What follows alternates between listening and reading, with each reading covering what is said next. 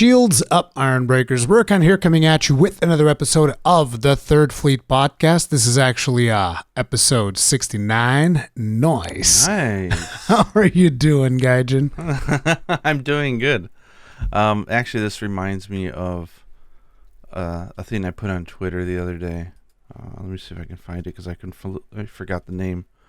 But there is... where is it? Oh, I'll find it later, but there's a weapon. Yeah, there's like a weapon in Sunbreak that has 69 thunder, and it's called like the double discharge or something. No, I think I know which one it is. Wait, I'll give it to you because I was watching. I was like, that was intentional, pod. No. Listen, I was actually going over a certain weapon tree in my stream the other day, and I came across this weapon. I'm pretty sure this is the one you're talking about, and the weapon is called the Voltaic Load. Sheesh! Wow. No, I was right. Double discharge is the one.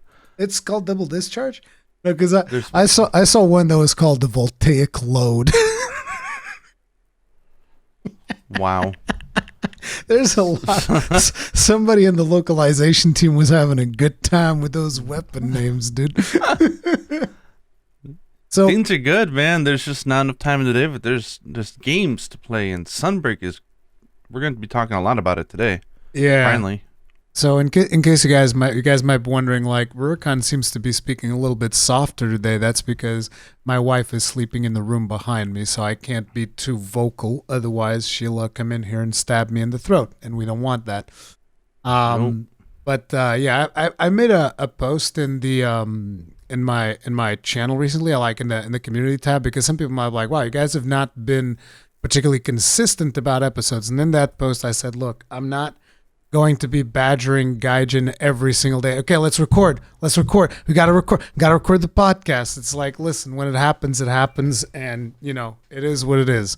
So just like letting everybody know that we will record when we have time, because time has been very hard to do stuff, basically, because there's a huge we got difference. Time zones too. Yeah, there's a huge difference in time zones, and we used to record at around this time, but because it's extremely unhealthy. Like, it's midnight for me, so it's like staying up at 2 a.m. doing podcasts and stuff or whatever, so that just doesn't work. But let me tell you something. Like, for the past, even when we're recording, one of the things that I've noticed, I wake up at 7 a.m. no matter what. Like, I go to bed at 6 a.m., I'll wake up at 7. I go to bed at 2, I wake up at 7. It's like at 7 a.m., I am up no matter what. So that's a bit of a problem. I cannot sleep in, so that's one of the things. But anyway, let's talk about more interesting things. Sunbreak, how's it been treating you? Now, I think we play a little bit? Yeah, we played a little bit on Switch right around the time that you were about almost done. Not done, but almost about to reach the final boss or something. Yeah, I think we did like two hunts with you, me, and Yuna. I think we did, which was fun.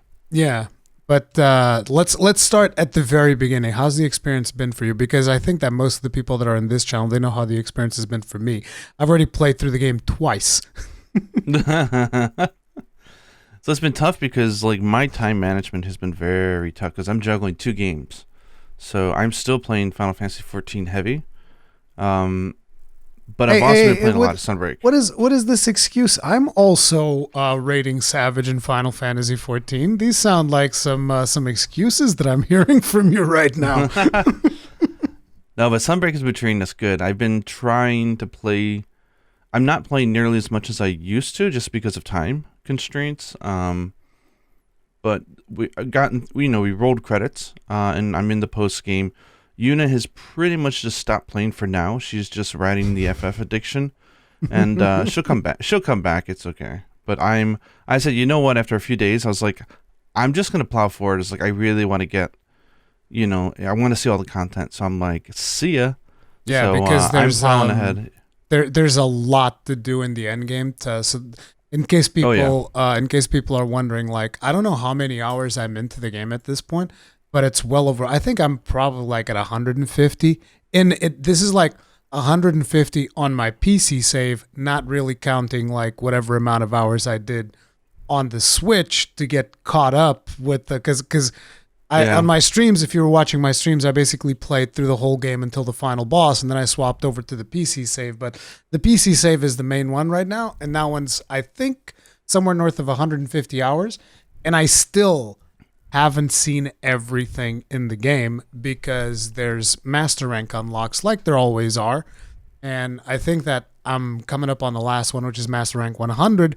But I'm not really in a rush. As a matter of fact, like one of the things that I've noticed is that people would come on to my stream every now and then. They'd be like, "Hey, what's the fastest way to raise your master rank?" And I'm just like, Who knows? no. Actually, we do know. It's there's a quest that's got like 4 monsters in the arena or something, and you fight them off 2 at a time. And that quest, I know like, exactly which one you're talking about. yeah, that quest like supposedly gives you tons of master ranks. So it's like if you want to grind fast, go for it. It's just I find the question from like almost a philosophical standpoint, kind of like why do you want to go fast? Because like the way that I've been leveling up is like, okay, what do I want to craft now? Okay, I want to craft this thing. Gonna go hunt this monster. Okay, I want to craft this thing. Got to go do this thing in the end game. Okay, that sounds good. Want to craft this thing now. And it's like the master rank comes by itself. You don't have to like grind it. Like it's always weird to me how people. It's like I no longer want to have a carrot in front of my face. Like give me something. Quickly get me to the point where I'm not looking forward to unlocking something new. I'm just like, why? Like I'm always like, I'm actually kind of scared. No, I'm gonna reach that final unlock, whatever. I'm gonna see everything, and I'm like, okay, so what happens now? Because now you're gonna wait for the title updates. I mean, you're gonna keep playing and do. I'm gonna keep playing and do like different sets for different weapons and experiments, stuff like that. Because another thing that has really surprised me is the complexity of Sunbreak. I haven't played anything else other than the Gunlance. I haven't played anything basically other than Insect Glaive, and I'm thinking, I don't know how long I've played. I've played a lot, and I'm like, I've only scratched the surface on one weapon. Yeah, exactly. I don't even feel like I've like seen it through yet. I'm like, this is kind of awesome. Like, there's so much depth to enjoy here. It's just like, I don't know if this is all attributed to a director change or if they had a change in combat designer or game designers, but like they specifically, this feels different than just like, you have Rise, the product of years of work. This doesn't feel like just like a polished more version. This feels like an actual like reflection, directional change. There's so much finesse and it feels so right. I'm kind of wondering whether or not if they changed personnel or not. If they didn't, then okay, great. Then they finally got the time they needed to achieve what they wanted. But like, it's solid as hell. Yeah, there's just like something to it in terms of. I even made a video about this the other day, where I was like, dude, there's just so many options, and I was asking in the video, like, how do you feel about your weapons? Is this something that you're experiencing as well? And people are like, yeah, like there's so many different builds that you can do that it's actually insane. Like one of the things that I remember trying back when Iceborne was out, because we had Safi Jiva, right?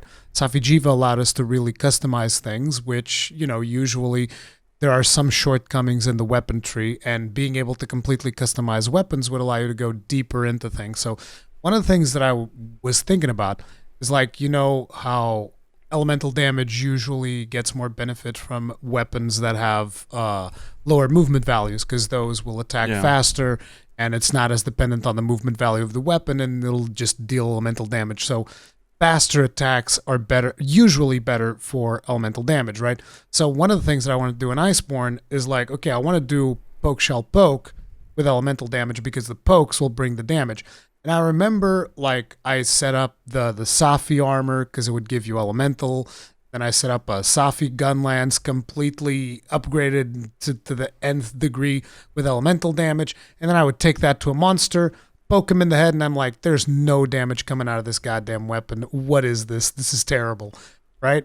And in this game, it was not like that. So I did the exact same thing. I mean, of course, you can't, like, customize weapons, but I picked up weapons with high elemental values.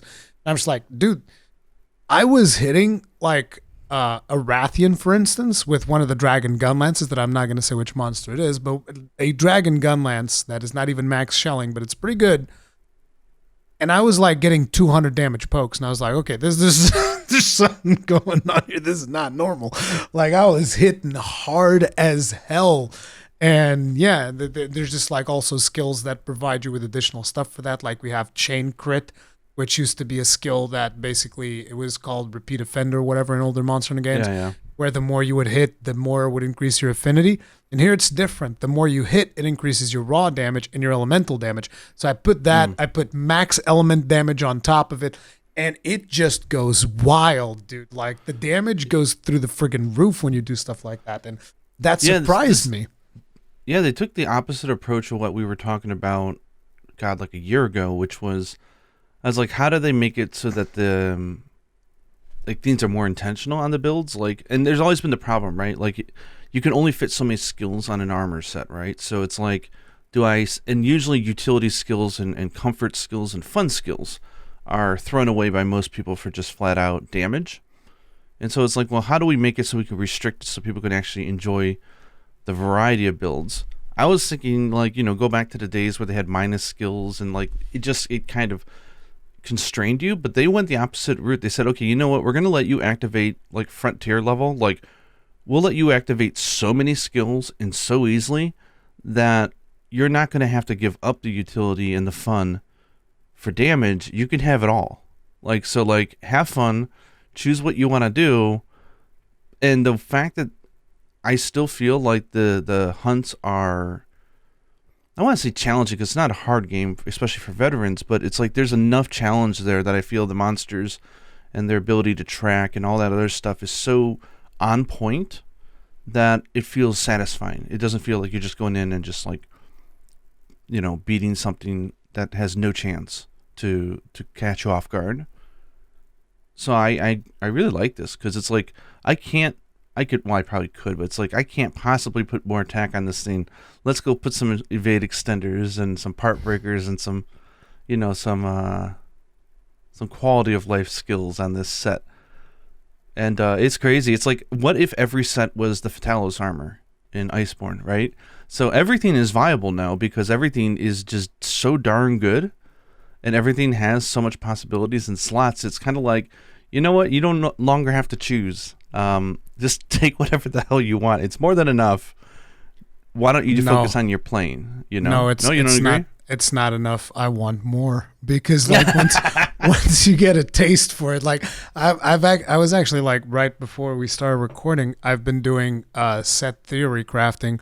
I mean, pretty much the way that my days have gone. It's like I try to do a video in the morning. I can't do it every single time because I'm also playing the game a little bit outside of stream in preparation for the streams, and then I have lunch, and then after that I stream for like 6 hours, and then after that I try to edit a video to put out. Hopefully I record it in the morning to then edit it in the.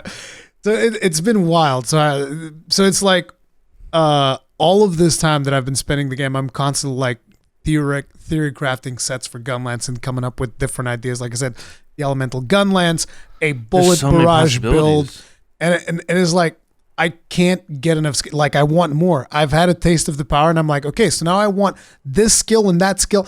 Like earlier, I was putting together like 3 or 4 different proc-based skills. You're like, how do I get attack 7, crit 7, crit boost? No. Crit boost, agitator, counter, and you probably could. Those skills are boring, dude. Attack boost, crit. That's boring. No. I'm talking about some of the other skills that I'm not sure I even want to talk about here because I don't know how far people have gone, but I already revealed chain crit. I don't know how much more I want to reveal in the podcast. I want people to see this stuff for themselves, but let's just say I was like trying to get like 4 or 5 skills. Like, dude, there was even a skill. I put all this stuff in my set. And the skill would kill me before I was able to get in combat. Oh, wow. Okay, well, I know exactly what you're talking about, and that was funny. I mean, it wouldn't kill me, but it was like I'd be going into combat, my health going like, doot, doot, doot, doot. And I was like, dude. But I'm Well, like, nothing's killing me. but I would mean, have I would have like things to counter it. It was just so hilarious, like the experimentation that you can do. It really goes Oh well. yeah, I love people are like, oh man, how are the new, what are the new Kinsects like? How are the skills? I'm like, I don't know. I haven't touched them yet. I'm using the rarity 1. Why are you Kinsect. using a rare? Yeah, I saw the other day you're using a rarity It's 1 so Kinsect. good. Why? I really, really want to make a video this weekend about it. It's so fun.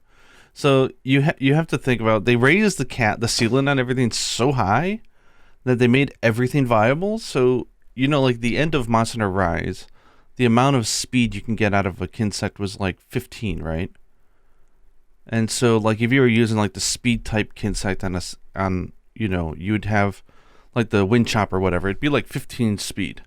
And that's fast. It's not like laser fast, but it's pretty darn fast.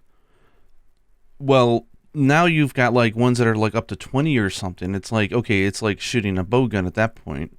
But it's like you can take that level 1 Kinsect and it's got 15 speed on some of these Kinsect levels are so high that it's fast enough. But the thing is the level 1 rarity ones have a unique skill that has, every time you grab an extract, it heals you.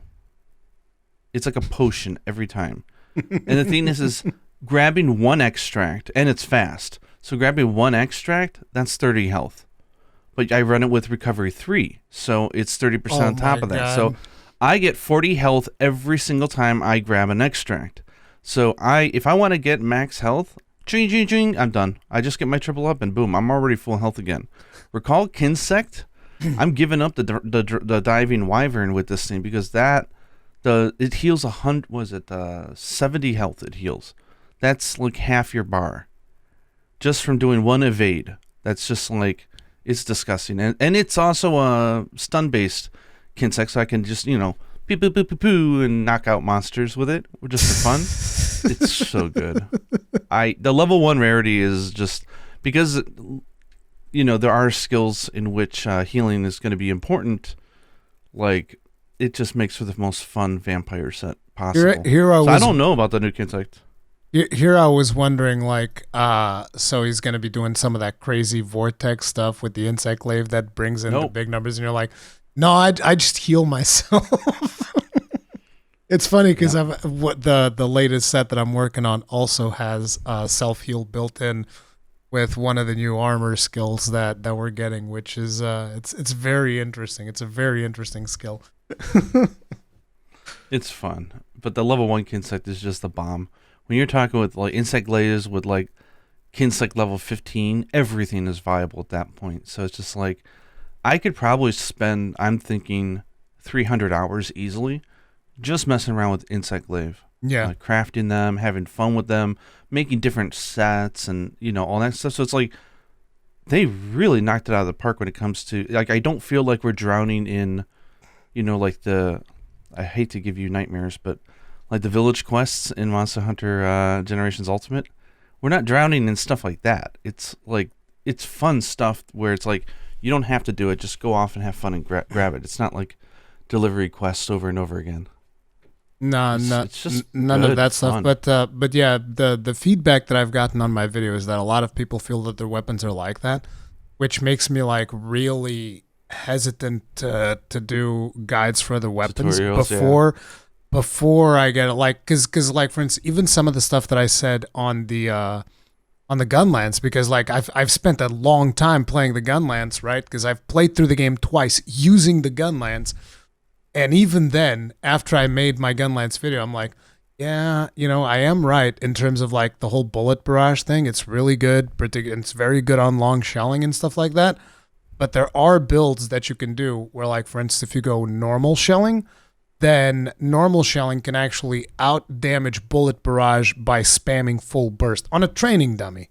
Obviously, so which is like, on a live scenario, things are going to change or not, but you can out damage it on the training dummy by spamming full bursts with ground splitter. Same thing for wide shelling, which, when I tested it, I was like, okay, so it looks like bullet barrage is also going to win. But no, wide shelling can also achieve better damage than bullet barrage by going poke shell poke. And I was just like, dude, this is like this. This is wild, and this is a weapon that I know very Yeah. well, and I'm finding new things all the time. There's like, how am I going to make a guide for other weapons that I know less well? And I'm going to say something, and it's going to be like, okay, right now this feels like it's the best thing, and then somebody's going to come up with a build, and it's like, nah, forget all that. Like, this is way better, and it's like, I don't. But I feel you, because the other day I was starting to make a video about the set that I've been using that I enjoy so much. And I kept recording it, and it ended up being like a 30-minute video, and I just scrapped the entire thing after 4 hours of trying, because I was like, I don't want to have me rambling on for 20 minutes about one set. I was like, some people might like it, but I don't, and I don't want to put out a video like that. So I was like, I'll come back to it one day when it's more concise. Nothing wrong with 30-minute videos, Gaijin. What the hell, bro? I don't know, but the thing is like, just playing for a few more hours after that, I'm still unlocking new like layers of it, of like, oh, actually, maybe there's another approach for this. I'm like, oh my god, I can't definitively speak about anything in this game. It doesn't stop. It just keeps going. It's like one of those Russian dolls thing. Like, you open it up and here's another one, and it just doesn't end. Like, I'm sure that, you know, some speedrunners and whatnot have mathematically figured out whatever they want to do. Because like, I'm not sure if you've seen the one of the ones that I've seen was the Team Darkside Greatsword speedrun of the new Almudron, right? And it was like 3,000 damage, 2,000 damage. They put him to sleep in like 4,000 damage, and I was like, bro, what is going on? This is insane. But yeah, that new parry for Greatsword, it just like completely shreds monsters, and I'm like, dude, I hope the Greatsword like out damages like the bow guns, and the bow, for once, I'm just like, dude, having a melee weapon that would actually out damage the ranged weapons. But yeah, I don't know if that is going to be the case, because I don't know what people are doing on bow guns and whatnot, but I'm sure it's going to be pretty friggin' degenerate. Yeah, but it's just wild. I was listening to Team Darkside did a review discussion video right after the game was released, non-spoilery, and they were talking about just the balance, because the hunters are capable of so much crazy stuff. Like, it's really like a sandbox. It's really fun, but they've somehow managed to make it so that the monsters aren't just punching bags, unless you start abusing the system. And at that point, you kind of deserve to be that powerful, because you've put in the work of mastering, you know, the setup, the timing, and everything at that point. So yeah, I mean, the result speaks for itself. The effort put in has paid benefits. But they were talking about, you know, monster tracking being like vastly improved, and how the tracking will happen later in the attacks. So, you know, it's a really good balance of keeping you on your feet. Even though you're so powerful. I've gotten slapped multiple times, including attacks where it's like, you know how sometimes you'll just run and you're like, okay, whatever the tracking they're going to do, they're not going to catch me. And he caught me, and I was like, wait, what? You can't do that. That's illegal. But no, I've been caught. But I'm surprised it feels satisfying. I'd never feel like I'm just adding, you know, superfluous amounts of damage, and it's just, at that point nothing changes. I'm just having fun. No, I still feel like the fights are really good, and very fun. And this is so weird, and I want to get your take on this. But the critical path through the story, right? Yeah. Story. I mean, you know, like just the key quests until you roll credits, which is only a sliver of the game, of course. Yeah. I don't think I've ever quite had a Monster Hunter experience like this, where every single hunt, and I mean for me personally, every single one, was incredibly enjoyable. Like, every monster felt good, fun, balanced, interesting, just the right length, just the right difficulty. Like, up until Story Clear, it felt, I was like, wow, there was not one hunt in there that I didn't truly enjoy. That was amazing. I think the hunts themselves were pretty satisfying, yeah. I do have a couple of complaints in regards to the progression throughout those fights. One of those complaints is I feel like the pacing at which they unlock things for you is very much I don't know how to say, because I know how to, is it the opposite of front loaded? Is it back loaded? Is that how you say it? Yeah. Yeah, it's like there's a lot more stuff towards the end, and I kind of feel like it could have been doled out throughout the earlier ranks. So like to give an idea, we get to Elgato. When you get to Elgato, it's like, okay, here's switch skill swapping, and here's a new switch skill. Which in my review, I actually thought that there was two switch skills because even though I played through the game twice, but it's just one switch skill that they give you at the start. And I wish that they hadn't done it like that. Instead, they should have done like, okay, here's switch skill swapping, but no skill. And then, like, advance like one master rank, now here's the skill. And then advance another master rank, and here's another one. As opposed to, here's the switch skill swapping and one skill, and we'll see you midway through master rank 4. At which point you get the other two switch skills. And I'm just like, well, I just like kept advancing, like waiting, when's Bullet Barrage coming? Because I know that Bullet Barrage is coming. When's Bullet Barrage coming? I was just waiting for Bullet Barrage, and it felt like I was waiting for an eternity before I finally got it. Whereas if they were doling it out at more regular intervals, it didn't even have to give me Bullet Barrage, but they could have given me like Reverse Blast or whatever at Master Rank 2 or Master Rank 3 or something like that. Just dole stuff out. And the same thing with the Palico skills and the Palamute skill. Not the skills, but like the unlocks that they give you. Because in this game, for those of you that don't know, you'll be able to fully customize your Palicos and Palamutes, customize their loadouts, select the skills that you want for them. As opposed to having touched that mechanic yet. Yeah. I haven't even touched it. I've been going wild with that, like experimenting with different stuff, and only in Palicos. I haven't touched Palamutes at all because I've got some stuff to talk about today about Palamutes because Palamutes are awesome right now. Yeah, but like I wish that stuff was given a little bit earlier because I knew exactly what I wanted to do with my Palicos, and then it's like when I realized that they were going to start unlocking things, I was like, plow forward. No. I was basically like, okay, I'm not using the scout function anymore. I'm done. Like, I'm not touching this system anymore until you unlock everything so that I can do exactly what I want with these Palicos. Because they even tell you, right? Because they're like, oh, now you can change the level 5 skill. And I was like, oh, wait. And then they're like, oh, and as you continue playing, we'll let you change more things. And I was like, okay, not touching Palicos anymore until you unlock all of the functionality because I want it all or nothing.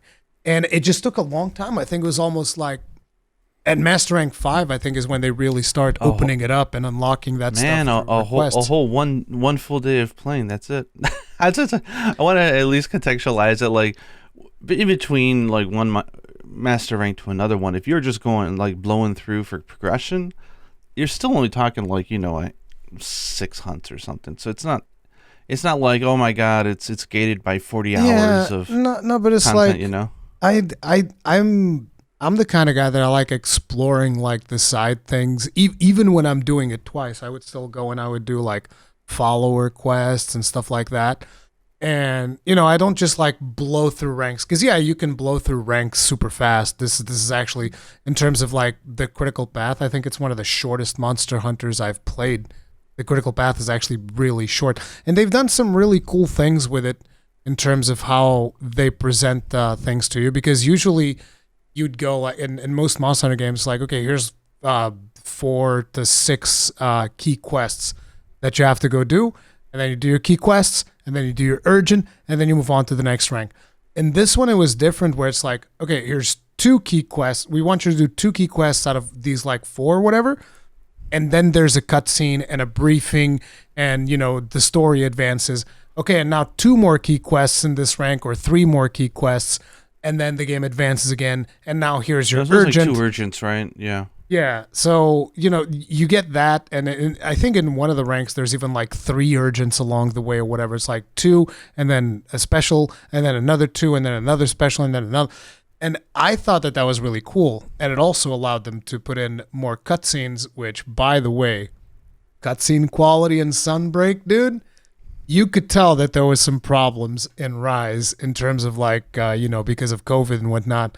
You could tell that those cutscenes were not up to snuff after you see the cutscenes in Sunbreak, which are friggin' amazing. Also, I think the engineers are doing something interesting where the graphical quality and the fidelity of stuff is higher in the cutscenes, yet it's still running in engines. So what it tells me is that they're like they're dumping all the background assets that are not used, and they're putting all that power into making the cutscene look really great. And I don't know if they have like a high poly model and a low poly model. My Hunter looks really good in the cutscenes. Yeah, And I so was blown away because like I think they have too, and they're flapping. I kept telling people like, bro, this cutscene is running on a Switch right now. You understand what I'm saying? This thing is running on a Switch.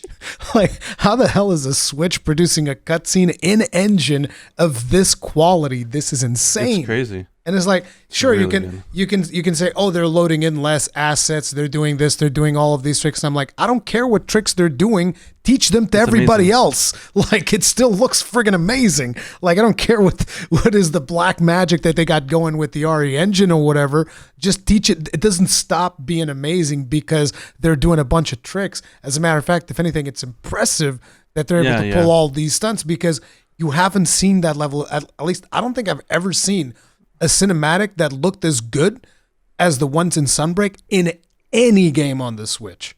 I'm just constantly blown away where, like, I'm still having that sort of... I had the same thing with Iceborne because I think Iceborne is a gorgeous game. I mean, running on, whatever, like, the game, it just looks amazing to me, right? And I'm struck in awe usually at the marvel of the achievement, but I'm constantly doing that with the Switch, even though, the frame rate's not as high as I may have want. Like, it's still steady and the game looks so good and plays and handles so good. I'm like, how the hell did they do this? Like, because the Switch is not that powerful of a console. Like, how did they pull this off? It's just mind-blowing sometimes. It's like, it says a lot. So, for instance, because even on PC, I've been running the game on 2 different computers, and one of the computers is running on a 2060. And you turn on DLSS, and the game looks gorgeous at 1440p and runs at 60 FPS. And I'm just like, bro, on a 2060? It's just like, dude, that's insane. Like, I was really blown away.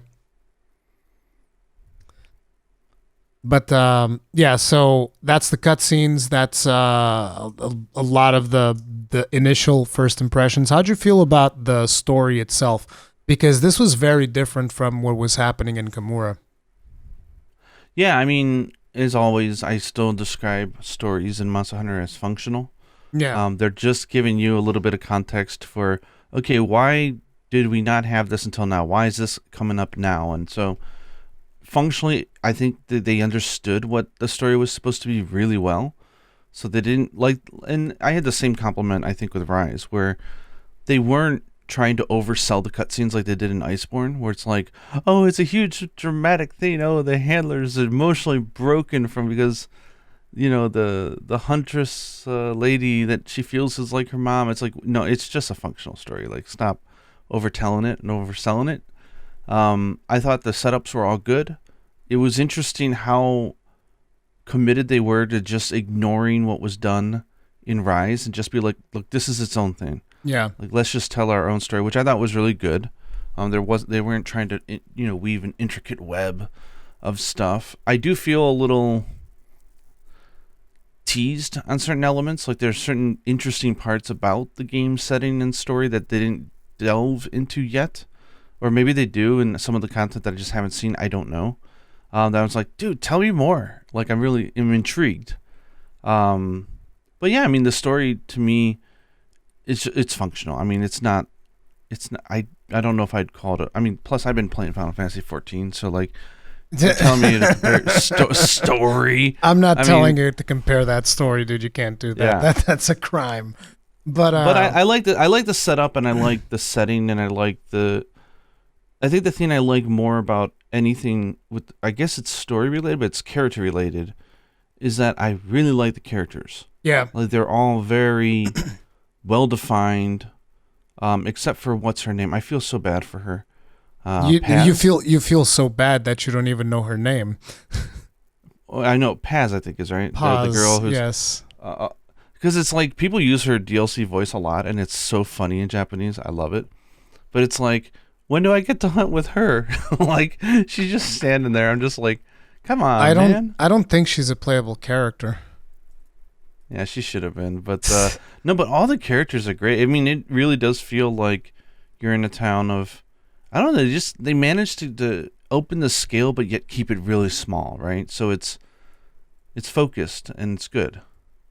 Yeah, what do you think? What was your part? What do you think about the story overall? It's like after playing through the story of Rise, it made me realize that there were actually not Rise, the story of Sunbreak. It made me realize that there were actually aspects of Rise that initially I thought were pretty cool, but looking at it now, I'm like, like the whole resonance thing of the twins resonating with a monster. Like after experiencing Sunbreak, I was like, okay, that stuff in Kimura was kind of weird. Like them doing that little teaser at the end of 1.0, like that was weird. That it didn't feel very Monster Huntery, whereas this one feels very Monster Hunter.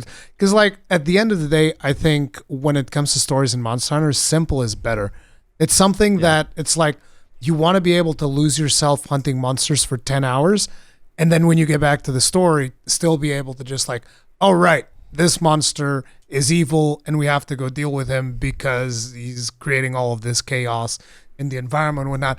Keep it simple like that, I think, is a much more important aspect of it. And the cool thing is also that they develop these characters through the follower quests. Like I've seen people talk about, I don't know if it was with you that I talked about with this as well, but people have been saying that the follower quests are essentially the village mode of Sunbreak. Yeah, which that's what what I was is. tweeting about. It is, and it's mind-blowingly good. Yeah, it's a really good way of doing it because there's a lot of quests that you can do, but at the end of the day, it's all optional. So it's like if you're someone that looks like it and it's like, oh, I don't want to play with AIs. Well, you don't have to. Most of the armors will work fine. However, there are armors that are locked behind you playing with these AIs. But the thing is, they're pretty competent. Because like one of the fears that they are very exactly. I mean, I'm sorry, online randos, but you've been bested. yeah, they're actually like above the quality of like your average hunter, like your completely average hunter. These NPCs really will actually, wipe the floor with them. Like whenever you have one of these NPCs just says, oh, hold the fort or something like that, or oh, I'll be right back. And you're just like, uh-oh. And then you look at the map and they're picking up a monster, wyvern riding it to your location, beating the crap out of the other monster, then placing down traps and doing all these things. Like, wow, this is great. Like popping up friggin' healing things and whatnot. And yeah, it feels really good. What I like and what I was trying to figure out, like, why do they feel so natural? Because, I mean, they added in, obviously, tons of dialogue, which is really fun because depending on the combination, like, I'm constantly going, okay, now I want to bring her and him in and see what they say. Because they have banter with each other, a lot of banter. And you get a real sense of their personality. And their fighting style also is very personable, right? Like, it's not just like, typical AI can know what's happening before it happens and just reacts. Like, one of the things I like the most about it is that they still make tons of mistakes, like very human-like mistakes. Like I've seen them mess up, like the finisher for a wyvern ride. And the program would know, oh, if I hit the monster one more time, he's going to go out of range. Yeah. So normally AI would just like play it purely optimal, right? And you would see them always nail it. Nope, they'll accidentally bomb themselves. I've seen them fail mounts. They're super efficient, but they act realistically enough that it's just really fun to hunt with them. My biggest disappointment is that there's only one real Gunlance user, because like they gave Luchika a Gunlance, but she doesn't have the skills to use it. She does not have the skills to use it. And not only that, but like she has she basically carts if you give her the Gunlance because she doesn't know how to use it. What I love though is she's funny because she is like Leroy Jenkins, right? That's her personality. So like she will like, you put someone like Rondine in your team, she's never carting. Basically, like she knows how to play defensively and smart, but you put someone like Luchika, she will like unload. Like all of a sudden I get into a hunt and I see stickies all over the monster's face. She's going nuts. But the thing is that she also ends up carting because of it. So like they've managed to program her in a way where it's really funny. She plays hyper aggressive, but But she gets clapped hard. It's heard, really funny. I've heard from people that the way that, like, when you get stunned and stuff, the way that she wakes you up is with bombs. And I'm just like, I haven't seen that yet. But apparently there's like memes. I've seen images of like Luchika waking you up, and it's just like a picture of her with a hand and a barrel. I'm just like, oh, okay. So she just chucks bombs to wake you up from stuff. But all right. But the followers are so fun. That hasn't happened to me, but I have seen her cart 3 times in the same quest, and I'm just like, Jesus, Luchika, come on, yeah, get it together. I don't think it's the Gunlance. It's her, even with a bowgun, which she's really good at. She'll cart, but man, does she unload? She's really good at unloading it. So if you bring like a weapon that can do stuns and stuff, she will take so much advantage of that. Oh my god. Oh yeah, she was, and also like in the ones that you do as follower quests, because like you can only choose weapons if you go to support surveys, but the ones that you do as follower quests, she always brings the bowgun, and I'm just like, oh my god, she's a sticky cheese user. Look at her go, and she's like, she like learned from Angbata, dude. Like, what the hell? She loves the cheese. And I love her for it.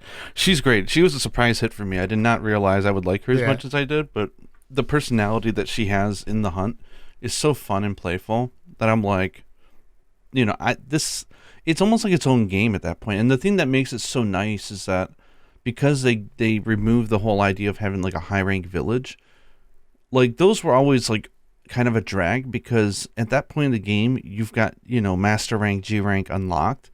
You don't need materials for high rank monsters, right? So you're just doing it because it's in front of you, where now it's all master rank. So like doing stuff, you know, in the village, like with the other hunters, it feels like camaraderie. You got all that. You're learning about the story, the personalities, and you're getting the materials that you want. Like it's a legitimate thing. Like now you have options. You don't have to go and do quests solo. You could do them with followers. And I don't know whether or not all the monsters are available or not, but a good enough of them are. The amount of quests is actually staggering, because I remember I'm like, oh, I'm just going to quickly start clearing out follower quests. And it's like, quickly?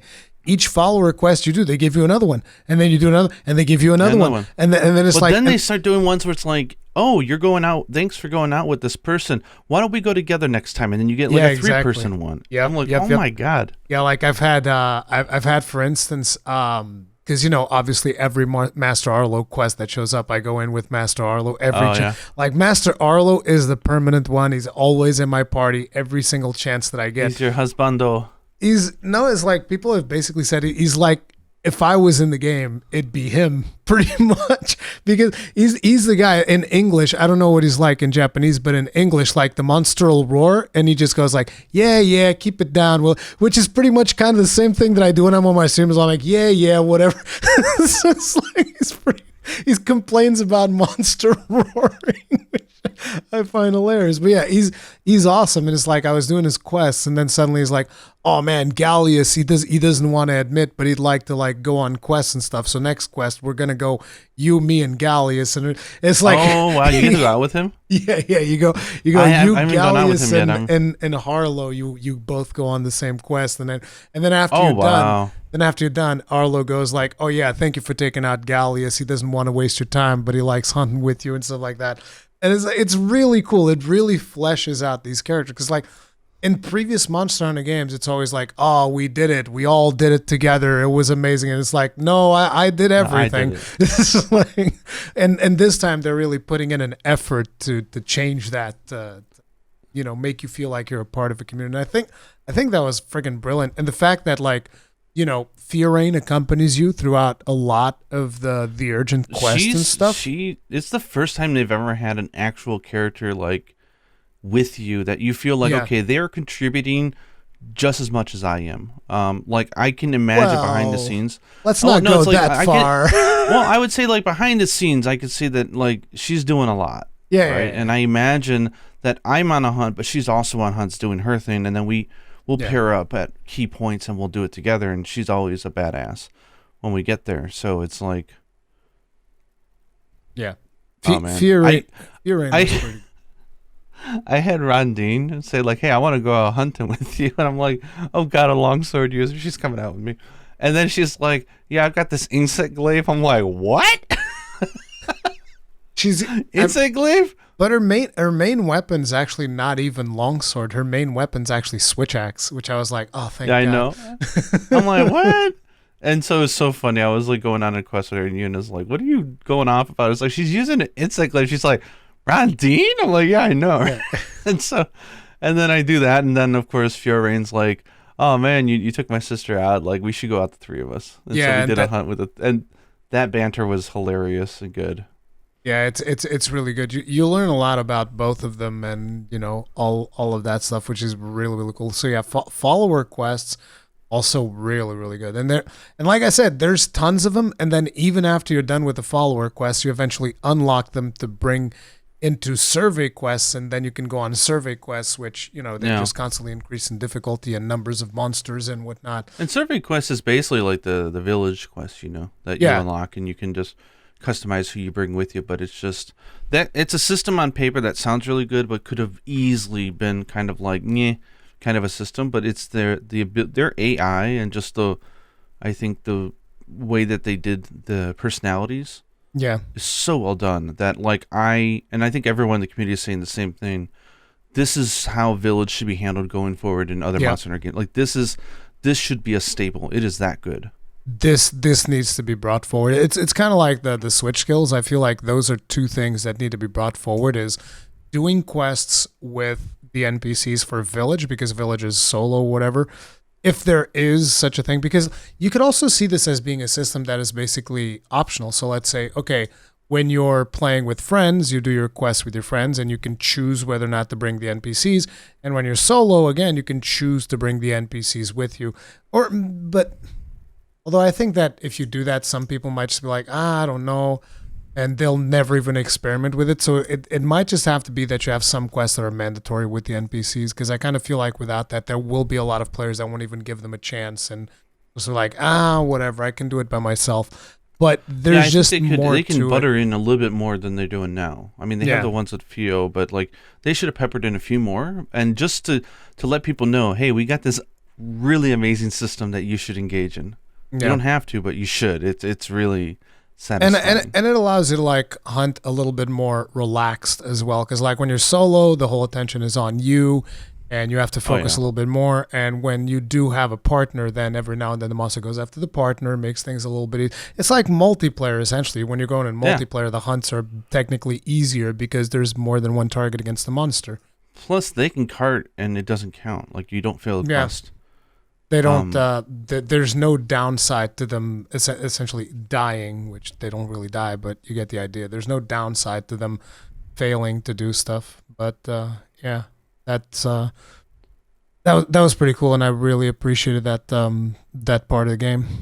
Man, and I got all giddy when I took Minoto out for a hunt, the two of us. Oh I my bet god. you did. Because she's so serious and she's so quiet and reserved that like seeing her, and she almost got, I don't know what to call her, like soft chubby cheeks, but she's just adorable. So like seeing her out in the field and doing stuff, and I was like, come on, let's go, and just, like seeing her kick butt was really nice. And her reactions, like the NPCs all have a really interesting range of reactions to gestures. There's one in particular that has been doing the rounds here in Japan, which is, and I don't know how it is in English. Probably not interesting, but Utsushi in Japanese is way over the top in Japanese. Like he is incredibly like flamboyant. He's super just he's an individual, right? Yeah. And so when you go into a quest and you start throwing like daggers at him or the kunai, he says stuff like, "Oh yes, my dear, just ever hit me. Oh yes, do it again." Like he's totally a masochist. He's like, "Do it again. Oh, now that is the hit of a hero. Yes, hit me more. Hit me until your heart's content."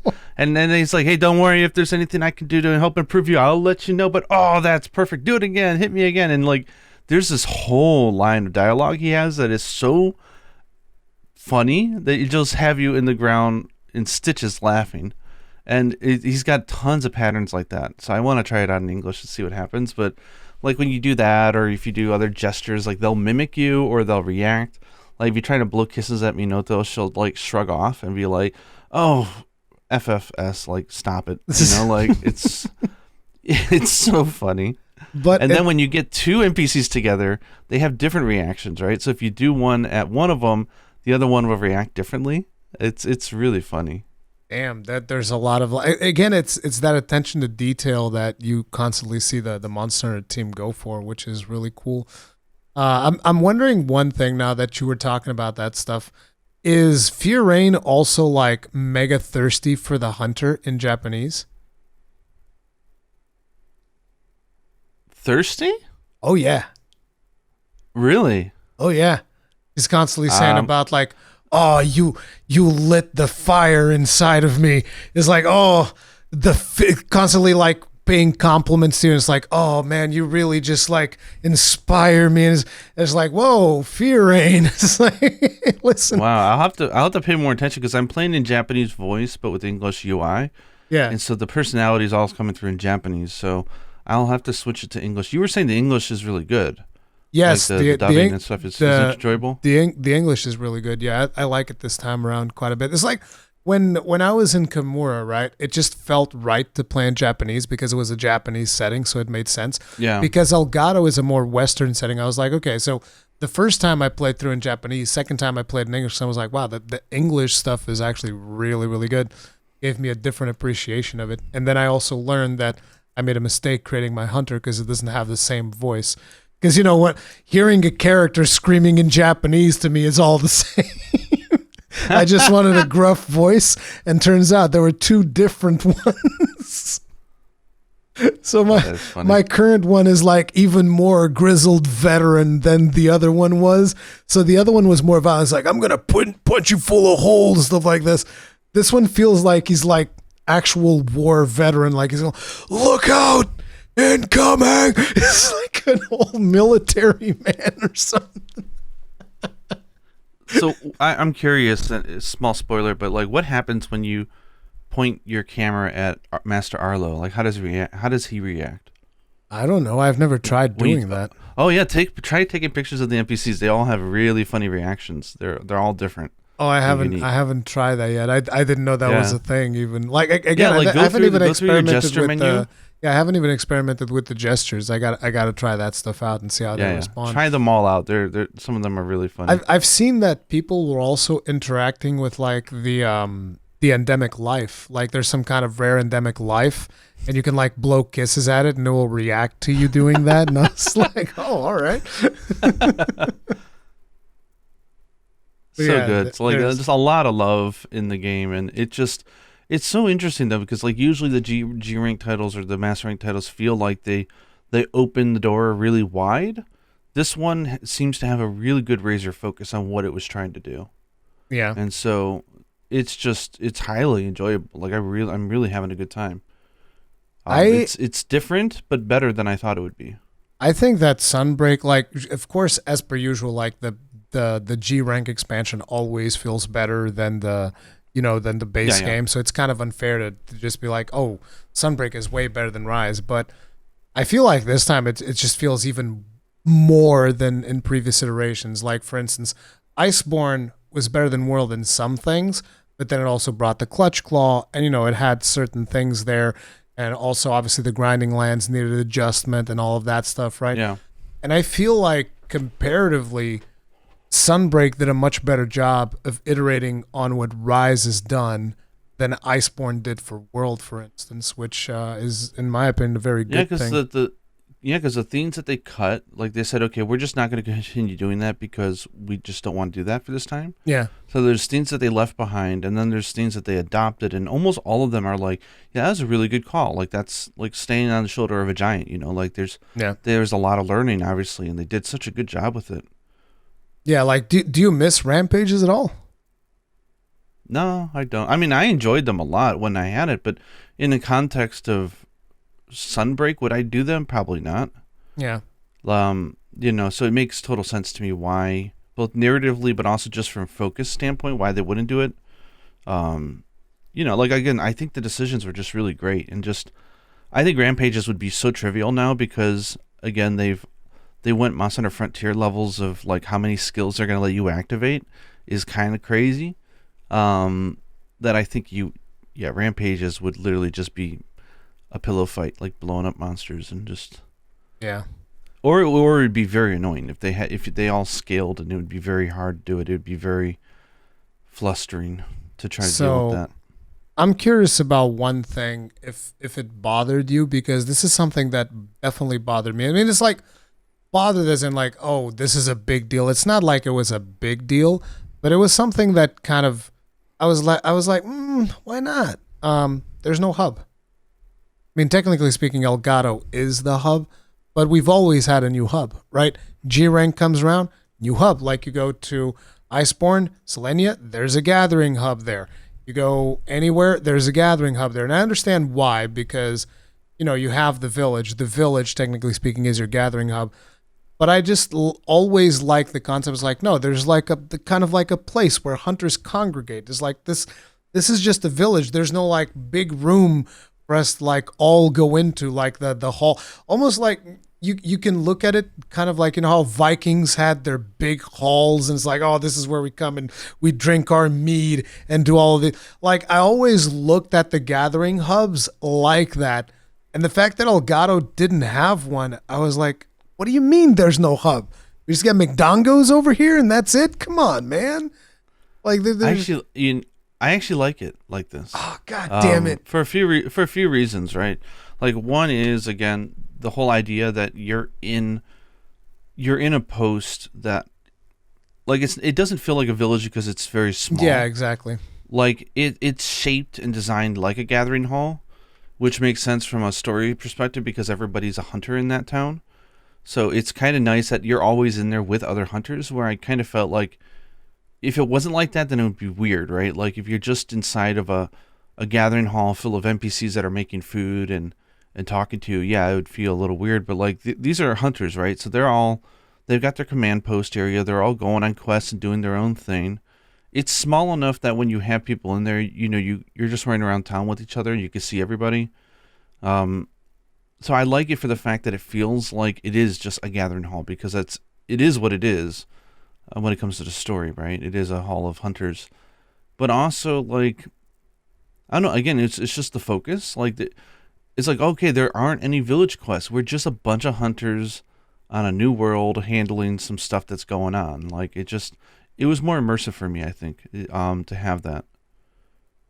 I get what you're saying, though. Like, it's always been nice to have it, but I think that's because the village was designed the way it was. Like, if I was just running around in, Poke Village or Yukumo with people, like, that would feel a little weird, because it's not. It doesn't feel like a place that you go to, like, prepare for a hunt and go out, the board with the requests and everything.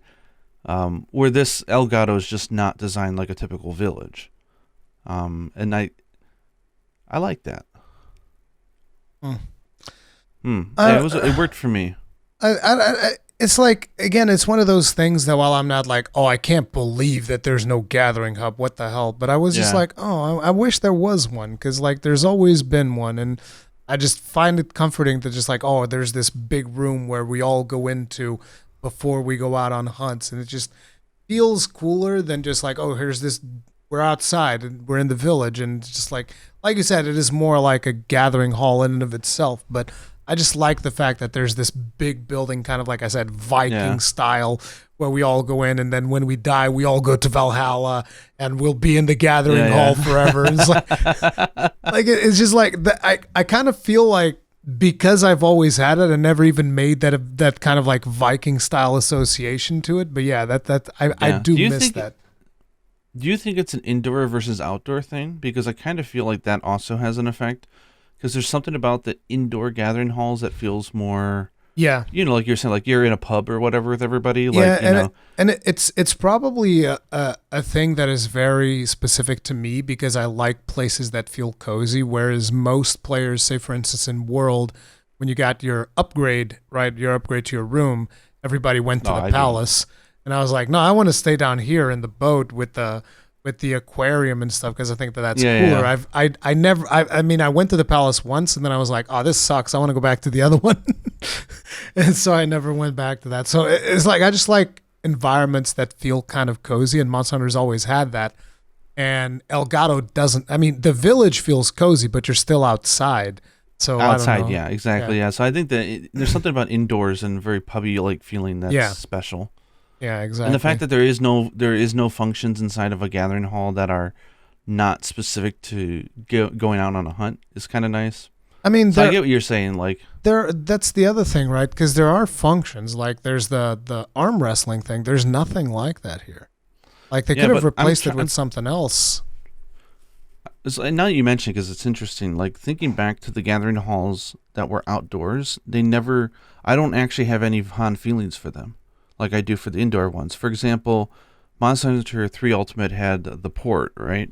Where you've got the little table for eating, right? And that you said, but I never felt like that was like a gathering hall with other players. Yeah, exactly. Like, to me, it was just a part of a village. And then you also have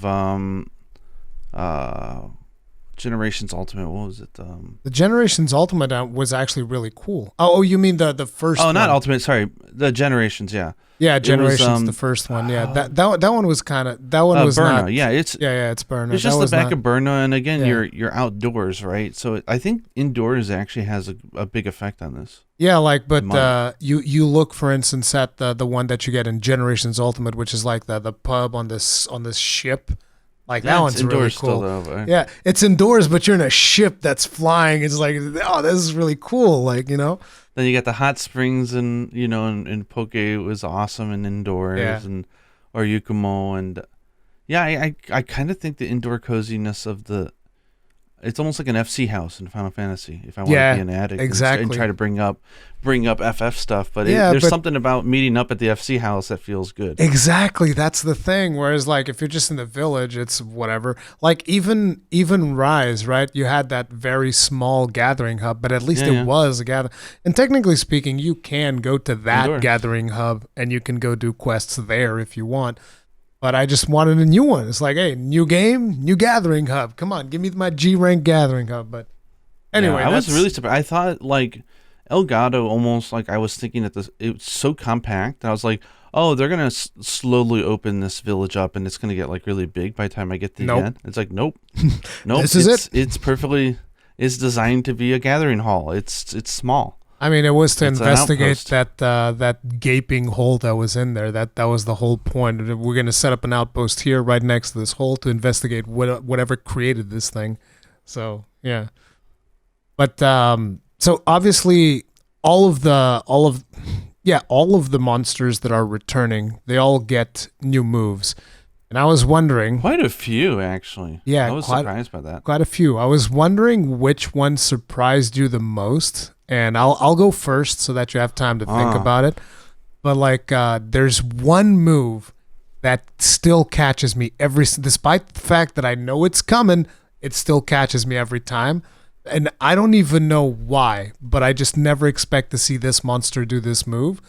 And it is the Barioth new tail swipe, where he slams you down, where I don't think that he even used to slam you like that, right? The tail slam on Barioth, he didn't used to do that.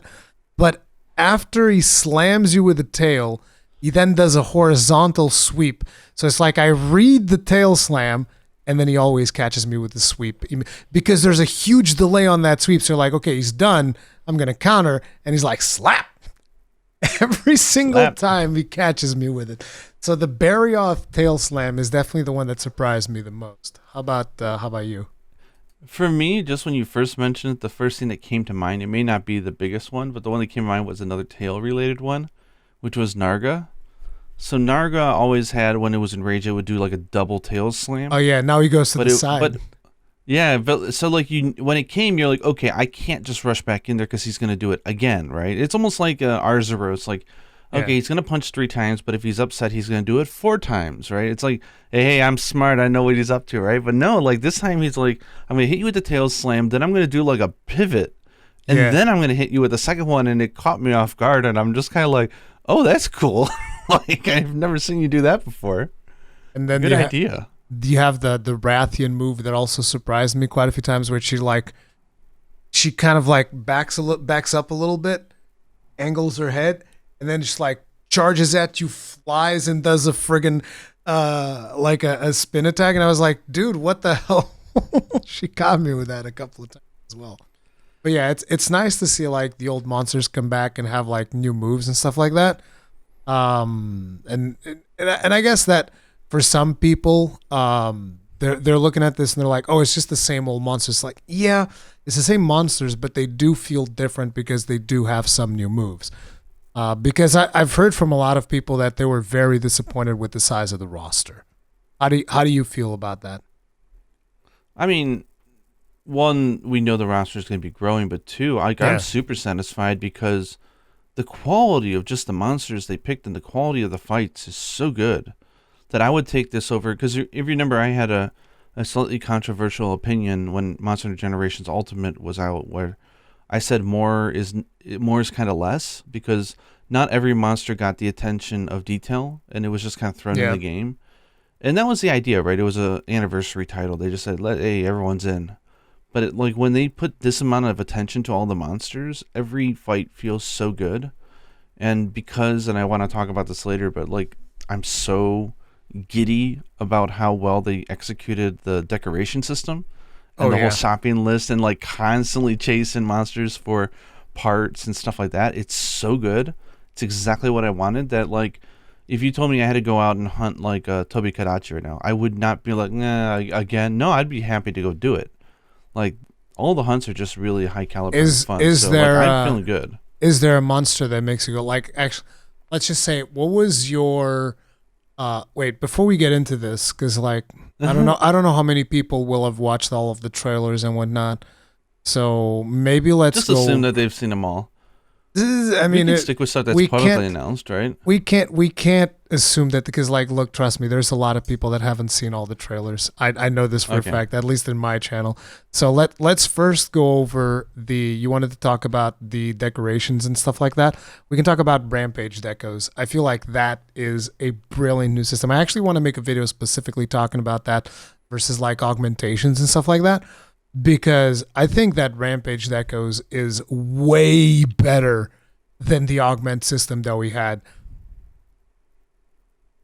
Where do you land on that? I would absolutely. And if you remember when we were talking about Iceborne, I had mentioned how much I love the idea of the Safi weapons and in the idea that a weapon could have a skill or a slot of a skill in it, and how much that could help them define each weapon to be very different than the other ones. And they did it in a much better way now. So like every weapon has a very intentional level of slot for Rampage skill, right? So like, you know, weapons that have a 3-slotter versus ones that have a 2-slotter, that's a tangible difference. And so the stats are different in some ways where it's like, well, it's already really powerful, but you don't get to have some of the more higher tier Rampage skills. And the skills are substantial enough that like it all balances out. So like I think it doesn't have the issue that Generations Ultimate had, which is, I wouldn't even say it's an issue, but just like it's different where like there's no clear-cut winners and losers when it comes to certain weapons. Like they all have something unique to bring to the table. And like some of the weapons I really love, they only have like a level 1 slot for Rampage, and I'm like, no! I mean, there's some nice skills in there, but it's like, man, some of those Rampage skills that are higher level are so good. Let me tell you right now, in the Gunlance tree, there's a whole lot of losers, man. There's a whole lot. Yeah, they did Gunlance like, look, they did it justice in terms of moveset, in terms of potentially even movement values, even though I don't know all the movement values yet, because I usually don't look into that stuff. I find it interesting that there are people that will look into it so that I don't have to do it myself because I'm lazy when it comes to maths and stuff like that. But looking at just pure stats for the weapon, they did Gunlance variety extremely dirty. Like, listen, there's, I think... Maybe it's a flawed weapon. Listen, it's time to put it to sleep. 55 Gunlances in the tree. There's 55 Gunlances that you can upgrade to level 10. And out of those 55 Gunlances, I think there's maybe 7 of them are max level shelling. I'm kind of curious. Is it a design? I think it might need a redesign. Like because I'm thinking about like the Kinsects, right? They have levels on the staffs, right? Yeah. But the thing is like the difference between a level 13 and a 15 is not really a big deal. Like it's a small little nice difference, but it's not a big deal. It's not the end of the world. But like when it's tied to damage that you do, specifically fixed damage. Yes. Like level 6 for 7 is a very big deal. Maybe it's just a flawedly designed weapon. Maybe it needs to have a rework. Like, there are certain weapons where it just feels like somebody just copy-pasted the shelling value and they forgot to update it later. It really does. Like, for instance, the Garen Golem one. The Garen Golem one is potentially one of the coolest gun lances that I've seen from a design standpoint, and it ends up at level 6. I was like, I can't even use this. What the hell am I supposed to do with this? It's like blue sharpness and level 6. And I was like, what do you want from me? Like, this is unusable. This is actually unusable. Doesn't even have like a lot of elemental damage or anything to make up for it. It's just, you're looking at it and you're like, this is a beautiful looking gun lance, and it sucks. I mean, my guess is that it's because I imagine they're going to add a new tier to it later, but it should still be usable now. And that does feel like a miss if it's not. It feels terrible because, again, it's a gun lance that I wanted to use because I just love the way that it looks. It's one of the coolest looking gun lances. And then you're looking at it like, it's shelling level 6. What am I going to do with this? This is terrible. Like, I actually have gone out of my way to use some of the shelling level 7 gun lances, even though I know, okay, I'm losing in shelling, but I'm coming up with like a different play style for it. I'm adding a bunch of elemental damage to it. I'm doing different things, but it still always feels in the back of your head like, why? Why is it shelling level 7? Why is it shelling level 6? I mean, not all of them have to be 8, but it's like 7 out of 55? Come on. Like, what the hell, dude? 7 out of 55. Can we at least get like half? I don't know. 30%? No, 7. You get 7. It's like, come on. It feels a little bit weird, but yeah, going back to the Rampage decorations, I love the fact that the way that it works is basically like you unlock it, and then after you unlock it, it's like you have that skill forever for every gun, for every weapon that you could possibly want. Notice how I even was going to say for every gun lance, because like the other weapons don't even exist anymore. I have it for all the other gun lances. I don't have to worry. But that's the goal is to buy it once, right? To be able to unlock it. And they're in a way that it feels like, like it takes multiple parts, or it's, it feels really good to go out shopping for that and be like, okay, I want 2 of that and 2 wings of this monster, and I'm going to get it, and I can put it on every single weapon going forward that has that slot. I can use it, and there's like 27 or so right now. I imagine they'll start adding more and more with the updates, but it's like, it's a great idea. Yeah, because like you get to put things that were another weapon, so like to give people an idea that maybe they haven't experimented with Rampage decos, or maybe you haven't even played Rise. So like, you know how Teostra weapons would have something called Teostra's Soul as a Rampage skill, which would basically increase the damage of blasting procs, right? Every blast proc would deal more damage because you're using Teostra's Soul. And basically you get Teostra's Soul as a decoration, and you can put it into any weapon that has a tier 2 Rampage slot, and you're just like, boom. And it's not like you put it on a regular slot, because no, weapons have specific slots for these Rampage decorations. So it's a Rampage slot, it's a Rampage deck. It's like a different system from regular decorations. It's all different, and you can only slot these in the proper location. So it's not like you can, I want to get all of like the Rampage skills on a whole set. No, you can't do that. You have to slot it into the Rampage deck. You get one per set, and that's it. So you really have to pick and choose which one you get. And there's like some interesting ones that I didn't even knew existed, because I guess I didn't play some of those weapons to the extent, like the one that you were talking about the other day, the Hellion one for the dual blades or whatever. Yeah, I'm actually really curious I crafted it, but I haven't used it yet. I'm very curious to see if it behaves the same. Yeah. That looks cool. There's also the Wormstake one that increases the level of Wormstake, but it stays locked at 8. Like, I think that would be interesting if, like, let the Wormstake be level 9. Why not? Take a chance. But no, it stays at level 8. I tested it. It's like, oh, that sucks. But yeah, Rampage decos are friggin' awesome. Plus, this also goes into, like, I know you really love the idea of prepping for a hunt. Yes. Like, it's kind of nice that, like, when we're going off against, a fanged beast, you can go in and you can swap out your Rampage to do more damage against Fanged Beasts. Like there's prep there. If you want to optimize it, you could. Dude, you want to know what's the best part about those Rampage decorations? The ones that you're talking about specifically, which is anti-Fanged Beast, anti-Dragon, anti-Aerial, and anti-Aquatic. They go on everything. They affect shelling damage. Ooh, nice. Which I still feel like that's something that was not intended, because like when it's so weird for us to see something that affects shelling damage. It's like they probably messed up a line of code somewhere that can't be intentional. But yeah, it affects shelling damage, which I was like, oh hells yeah, dude. Because it's pretty cool. And here's an interesting thing that I wasn't aware of. People told me that SD Shepherd was the one testing this stuff out, but apparently the anti-aerial one works on pretty much every Elder Dragon, almost. The exception of like one. It works on all, because they can all fly. And so because they can fly, that thing works. And I was like, hey, that's cool. I like that. Little ways to squeeze out either more damage or more utility. It's a great. I'm not sure I like, or I would need. It feels a little weird to call it a Rampage skill. I think that's just like a nod of the hat to like, Yeah, I agree. It's a little to rise, which it's lip service, but it has nothing to do with Rampages. Yeah, it's just a weapon decoration. Yeah, but yeah, the fact that it's called Rampage is a little bit weird. But the roster for this one I like for the fact that it's kind of like it went out and said, okay, there's a few exceptions, but it's like this is Monster Hunter Speed Edition. We're looking for monsters that are fast, nimble, and can kick some butt in the middle of their attacks.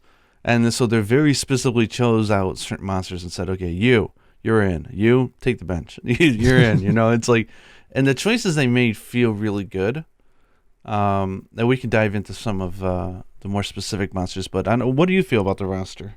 So before we get to the roster, I wanted to ask you one more thing, which was the Palamute. You said you wanted to talk about something about the Palamute. Yeah, the Palamute is really good. I wouldn't sleep on it. I mean, I know the Palicos are amazing, and I love Palicos to death, obviously. And I haven't touched the system yet, and I will soon.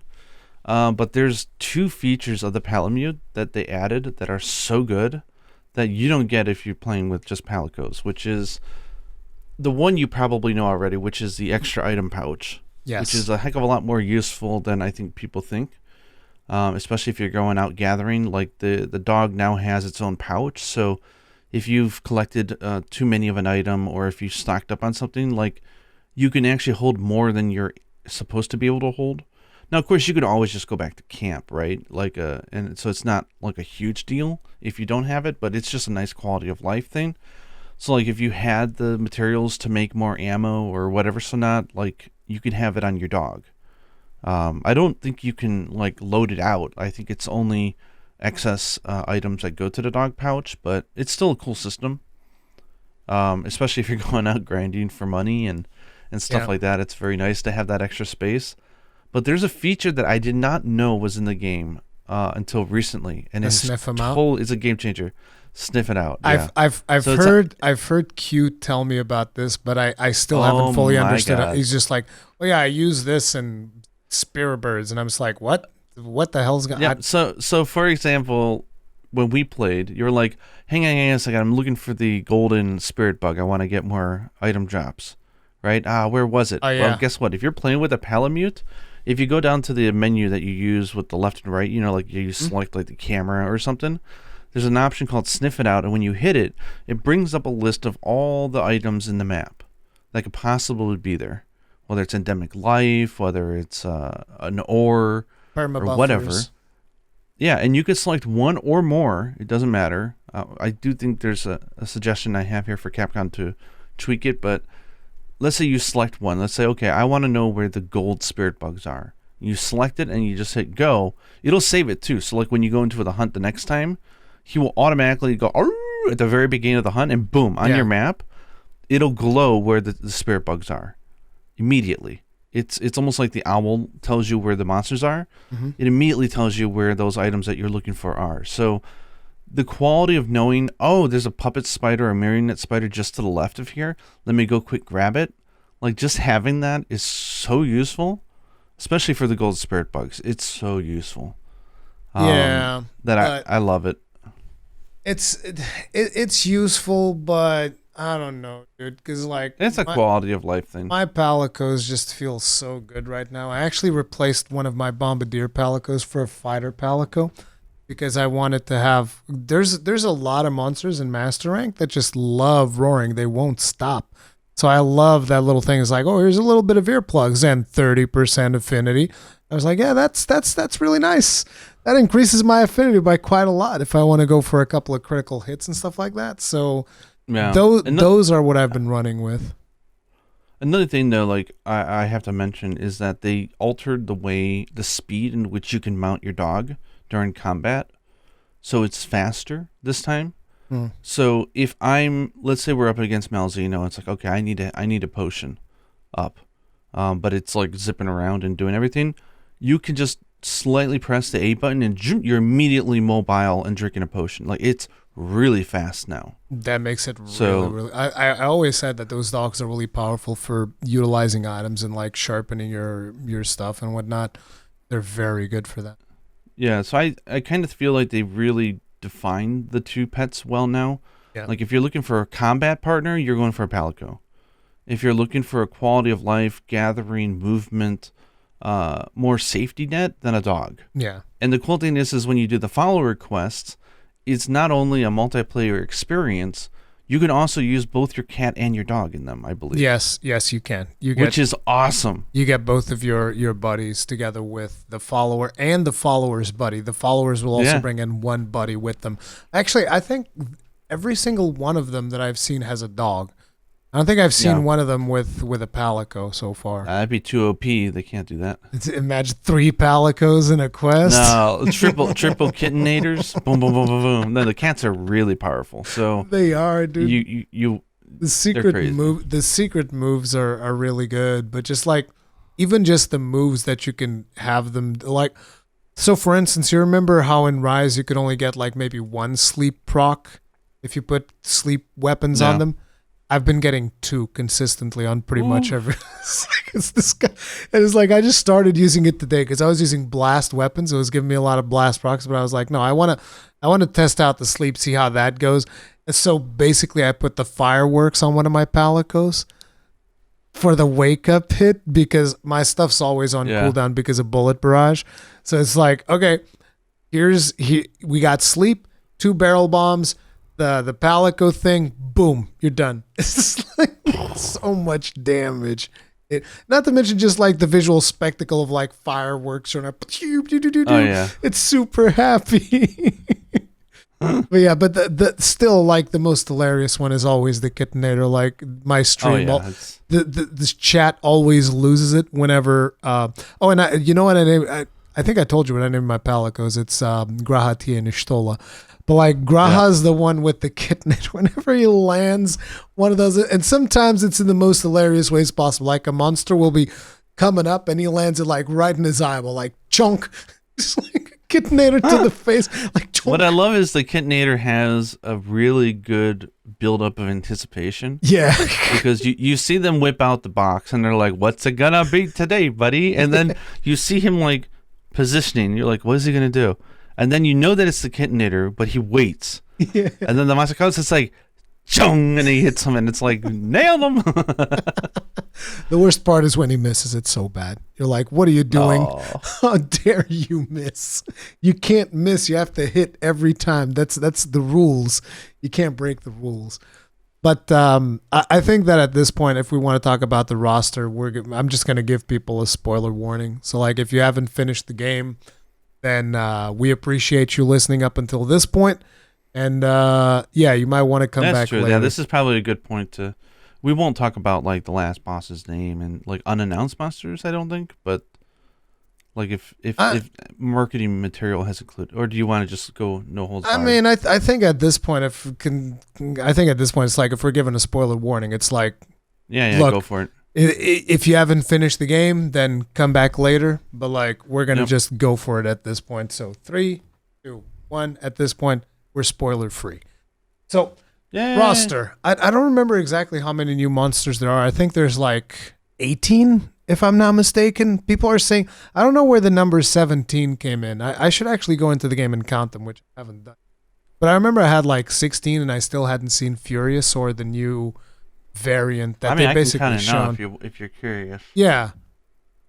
How many? You want me to just name them off as I'm looking at them, or give you a number? Just give me a number for starters. Okay, so we got, let's see, 1, 2. Why am I counting 16? What did I miss? Are you counting them in your game? No, I was using a website that had icons of the monsters. 16. I think that there's more. Like, anyways, people have said 17. I think it's like 18 because I had seen 16 monsters up until the point when I did my review, and I still hadn't seen Furious, and I still hadn't seen the Maggie variant. So that would be 18. I think it's 18, but I'm not 100% sure at this point. But either way, I was expecting 30. If you remember, we talked about this in the podcast. I was like, okay, so with this engine, now that they've kind of mastered that, I would expect 30. It's not 30. It fell short of what I expected, but the quality of what is there is very good. Plus, all of the returning monsters have gotten upgrades that it's like these are upgrades that I don't think we've seen before. Most of them. They're actually just like straight up new moves. So can I take a quick minute to brag that when we were having that discussion about how many new monsters, I told you that all the titles basically have about, anywhere from 15 to 18 new monsters added, and they're like, no, I think they're going to have more. I'm like, no, even Iceborne had 17, and that includes the DLC stuff as well, like the title updates.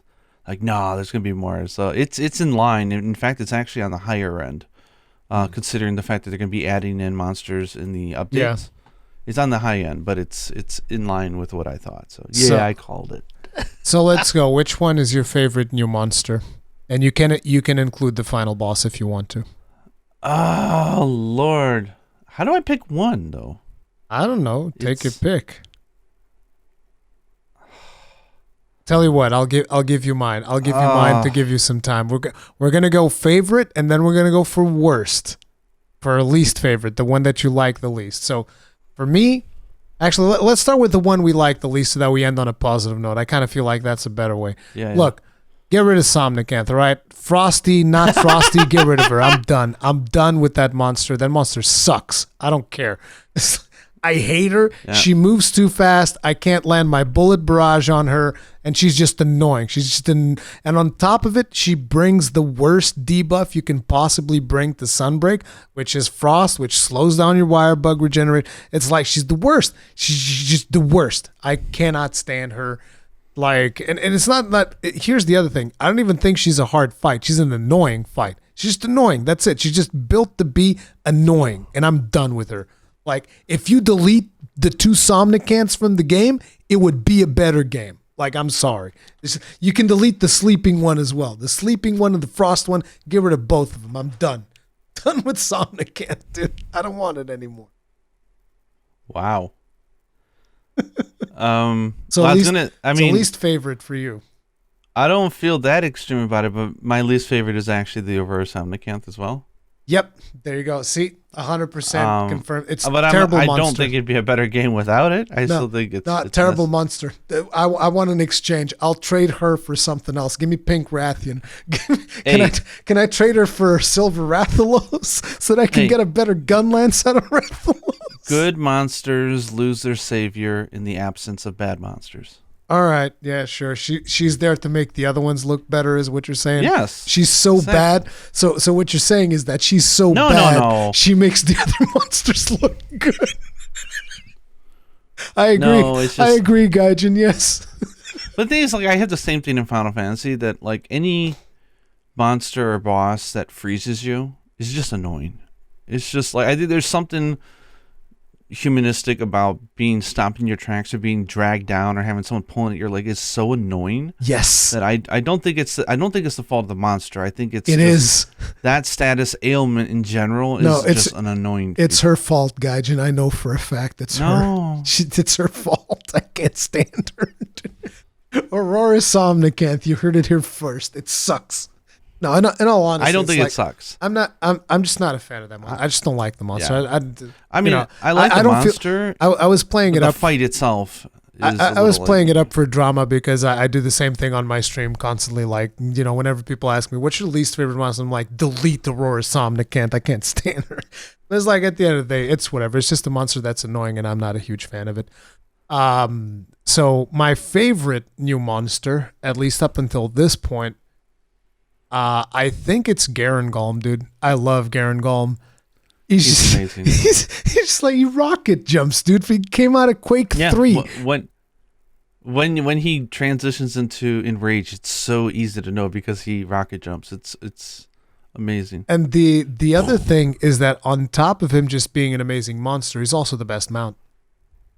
Because you can he's awesome. Because you can just go monkey smash, monkey smash, monkey smash. He's so good. You guys can't see it, but in the webcam, Gaijin was doing the exact same gestures, like monkey smash, monkey smash.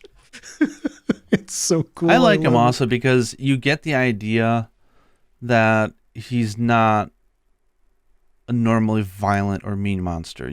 They set it up well enough that you feel like he's got a temper issue, but just don't piss him off and don't disturb him. He's just a chill dude, right up until the point where he gets upset. You go up and so when you piss him off, like he loses it.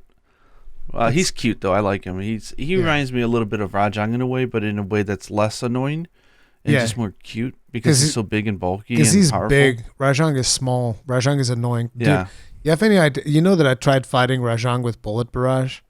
You have any idea how many bullet barrages I missed against Rajang? No, thank you. Yeah, it was not good. But is he your favorite as well? Come on, no. You have a he's one of he's high on my list, but and I think that all three of the monsters, the flagships, are ridiculously good. But I think I'm probably gonna give it to Malzeno. I really like Malzeno. I love its theme song so much. Where I don't know whether it's Garen Golem's song or whether it's the battle theme for the Citadel that's playing, but it's got a really good music, but it's not as melodic and as memorable as Malzeno's is. Yeah. And Malzeno's, the sound effect when he does the teleport is so satisfying. It reminds me of like that satisfying ching that you get when you do like an adept evade in the Generations. Counter or something. It's like, boom. But it's got like a subwoofer like boom to it. It's almost like the Dolby Digital like it feels so powerful, and just the sound design is so good on it. And I love the idea that it reminds me of Nargo with its tail thing, where it'll slam down its tail and then it's coming with the lance and it goes and it thrusts it forward. So like it's so well telegraphed that to get the hell out of the way. But if you get hit by it, oh boy, does it hurt. Yeah, it hurts. There's something about that monster I just adore. And the weak spots are super visually clear. Like when he gets upset, like the areas that are glowing, and then you can get those big numbers. It's really satisfying. I just love it. Malzeno's great. Yeah. And the armor is really good. The skills are good. So I don't know. And it feels very on theme, obviously. It's the flagship, so. Dude, the Malzeno skills was just today that I've been experimenting with them. Dude, freaking Bloodright is so good. It's Jesus so good. Christ, dude. It is insanity. But add that to my level 1 Kinsect and you know what's going on now. Oh my god, that is disgusting. So you put the healing stuff and then you put Bloodright on top of it? Are you running Partbreaker as well? So I've got Bloodright, Heartbreaker, and the final boss skill, and I'm using a level 1 heal Kinsect and recovery 3. You add those all up, and holy crap! That's why you're doing it, because you're doing the final boss skill. So for those of you who don't know, for the final boss skill, something called dereliction, which is kind of weird, but it drains your health. It's basically constantly draining your health. See, that was the skill I was using. 1 second, 1 HP, it goes down, but it buffs you to living hell. It's crazy. I don't know what the numbers are on that, like what the percentages are if you got like full dereliction. Oh yeah, I've got full numbers. I've heard that thing is busted because like I've heard that people are using that in speed runs and whatnot. So yeah, that thing is probably powerful as all hell. It's very powerful, yeah. But when you're healing that much, all I have to do is hit recall Kinsect, and not only do I restore 70% of my health, Yeah. I also can immediately go into an aggressive, fast move because I'm technically in the air. There's so much synergy between these things; it's ridiculous. And then you're breaking parts, and then you're healing every time you hit the broken part. You're running max part breaker on that set as well. Actually, level 2, just because of because you're using issues. the two Malzeno thing. But that's good enough, actually. Honestly, things break pretty easily at level 2, so very satisfying. So yeah, Malzeno, I just love it. Okay, who's your favorite or most, at least currently, the most memorable returning monster? I mean, the most memorable. Not from Rise, but like. Yeah. Like, I mean, the most memorable returning is probably going to be Gore. I mean, I have so many memories of Gore. Not even Shigaru, but just Gore, because you fight Gore more than Shigaru. So, just felt good to fight him again. And obviously it's got a couple of different moves, even though I don't remember the fight from 4U because it's been so long ago. But yeah, and Shigaru, you're not fighting him next to that stupid rock, so they really can be a little bit more creative with the way that he fights and whatnot. It feels Shaggy really was awesome. good. Yeah, Shaggy was pretty cool. Shaggy felt like the first wall in the game. The one thing, like, the one thing that I was expecting though was when in the story there's actually a moment where they kind of talk about Shaggy almost as if it's related to the Kurio and all of that stuff. Yeah. And I was like, oh my God, they're going to like tie this together or not.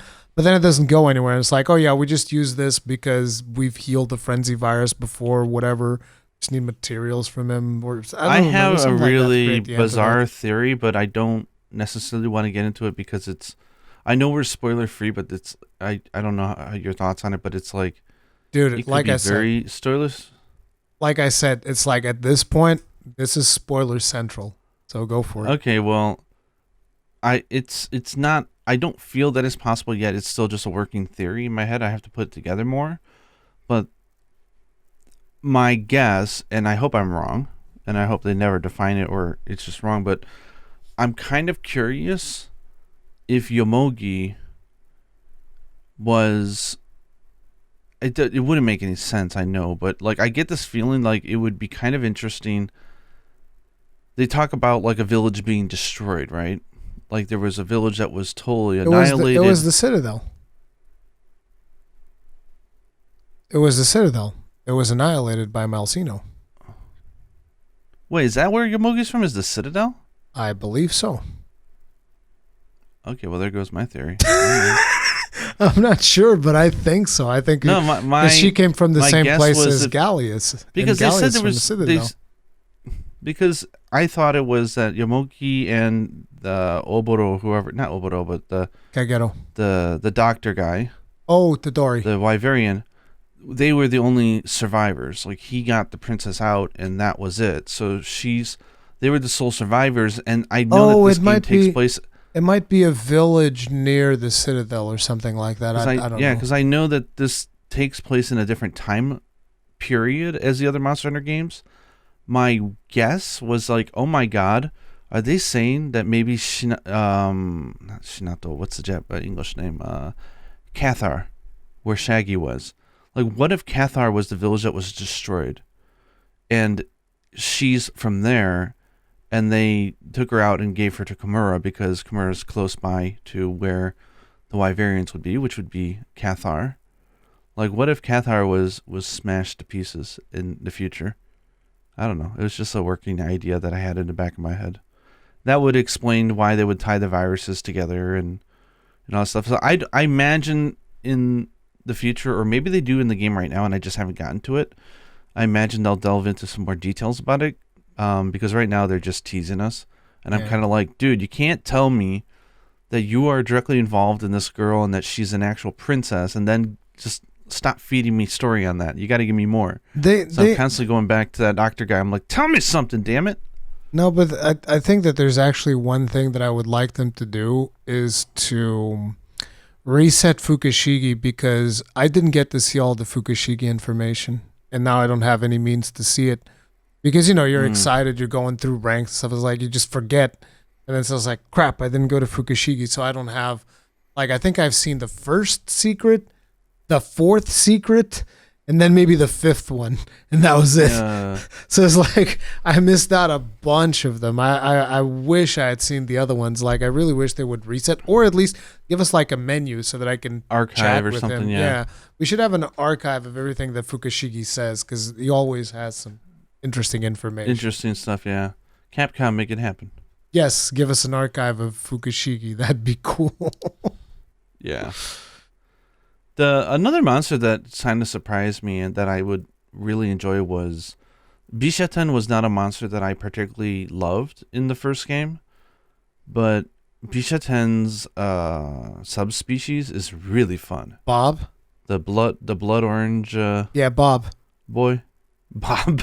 Yeah, look, Gaijin. Yeah, blood orange Bishaten Bob. Okay, so Bob is amazing because the amount of use it gets out of those pine cones is so creative and interesting that I adore the fight. It was so fun. That was the first full set I made just because I really enjoyed the hunt. I'm just going to make it. I used his legs for a good long while because he got protective polish 2 on the legs. And I was like, yeah, I want that protective polish for my purple sharpness gun lances. Yeah, that sounds good. I chopped There's so still many some times. monsters I have not faced yet. I've not faced Master Rank Kezu yet because it's optional. It's not part of the critical path. And I've heard that it has some really interesting new moves. You need to. Yeah. By interesting, people probably surreal. mean more sexual than even before. Yeah. Yeah, I've heard that there's some pretty surreal animations going on there that I have to see. Yeah, dude, for sure. Kezu definitely got some. Yeah, he's the dong monster. He's definitely the dong monster, and it doesn't stop.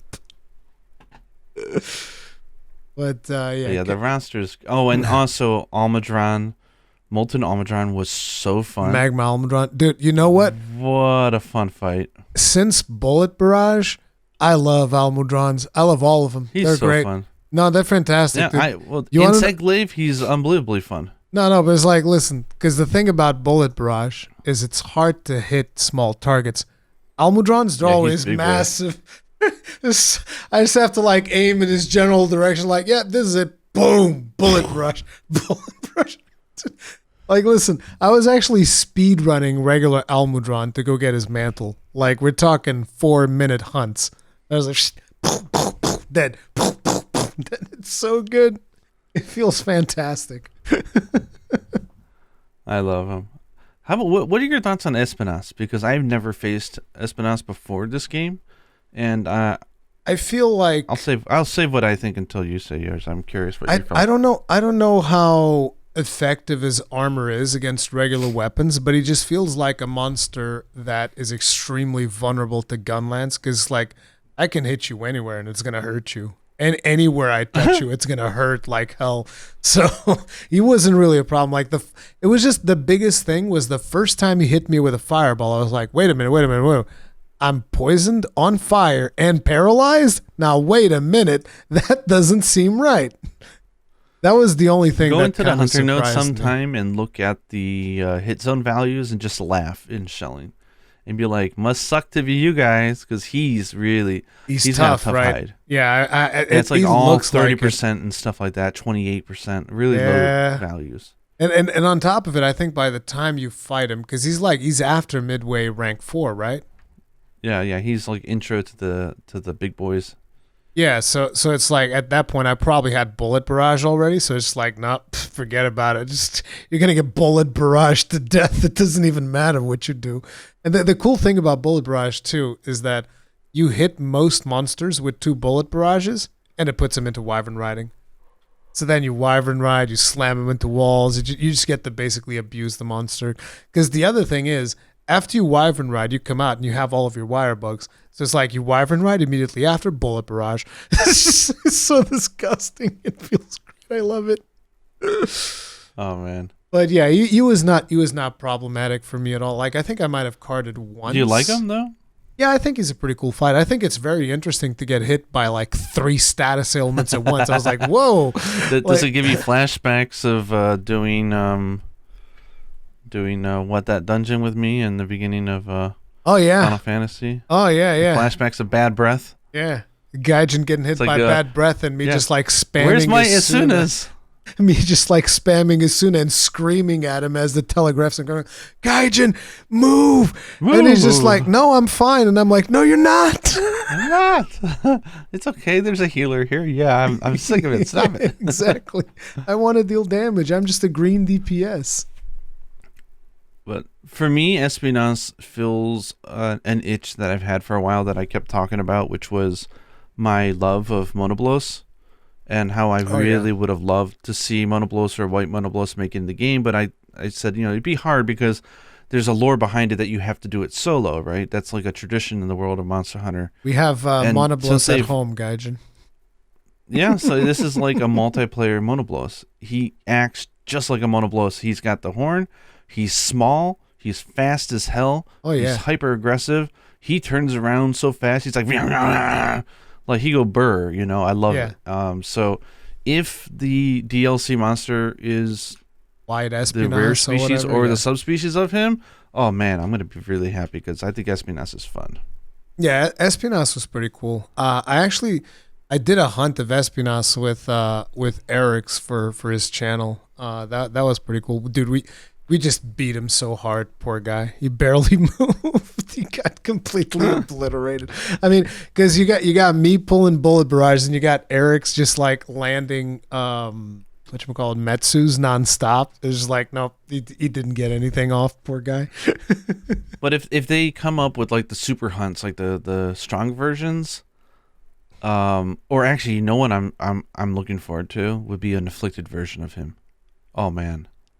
That'll be wild because if you got to get in close to hit him in certain areas, and that boy will like practically one shot you because he's so powerful and fast, that'll make for a really extreme hunt. Or if he like charges at you then blows up, that would be funny. Yeah, I think I'm actually already at the last rank of Afflicted, if I'm not mistaken. Because I asked Eric how many ranks there were of Afflicted, and he told me, oh yeah, there's 4, and I'm like, well, I already did all the 4s at this point, so. I imagine 5. The other ones will be added, I imagine, later in the game. Yeah, as free title updates. Yeah, I think so too. For those of you that don't know what Afflicted are, Afflicted monsters, if you've played the previous games, these are like hyper monsters essentially. But for those of you that don't know what hyper monsters are, think of them as tempered monsters with additional mechanics built in. I feel like they're faster than regular monsters. Yeah.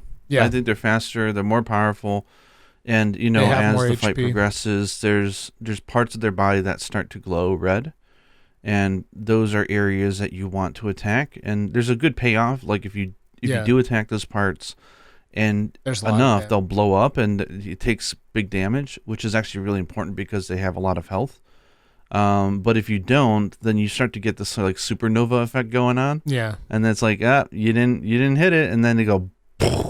And they blow and do big damage, but it's well telegraphed, so you can get out of the way. But it's just like, okay, you failed this round, they won it, so it's kind of interesting the way that they do that. So yeah, they're like hyper, but there's just more high stakes, just more powerful versions. But this time they did it right, I think, in that it's not like they're not just there for sport. Like the weapon upgrades require those parts. Yes. And it's a little flexible too as well, right? Like it may not be for all weapons, but at least at the beginning it's like certain monsters will give certain parts, but there's like more than one monster that gives that specific type of part, so you have a choice it's the of which same, one you want to grind. It's the same for throughout all of the 4 anomaly. It's the same thing. Oh, that's like perfect then, yeah. Each level, each like anomaly tier gives you like 2 or 3 materials, and you have a wide selection of monsters that you can farm for those materials. Yeah. Yeah, I think that's done right, and all the upgrades are nice and substantial, so it doesn't feel like it's just a tacked on thing and doesn't mess with the core loop of how the decorations and stuff go.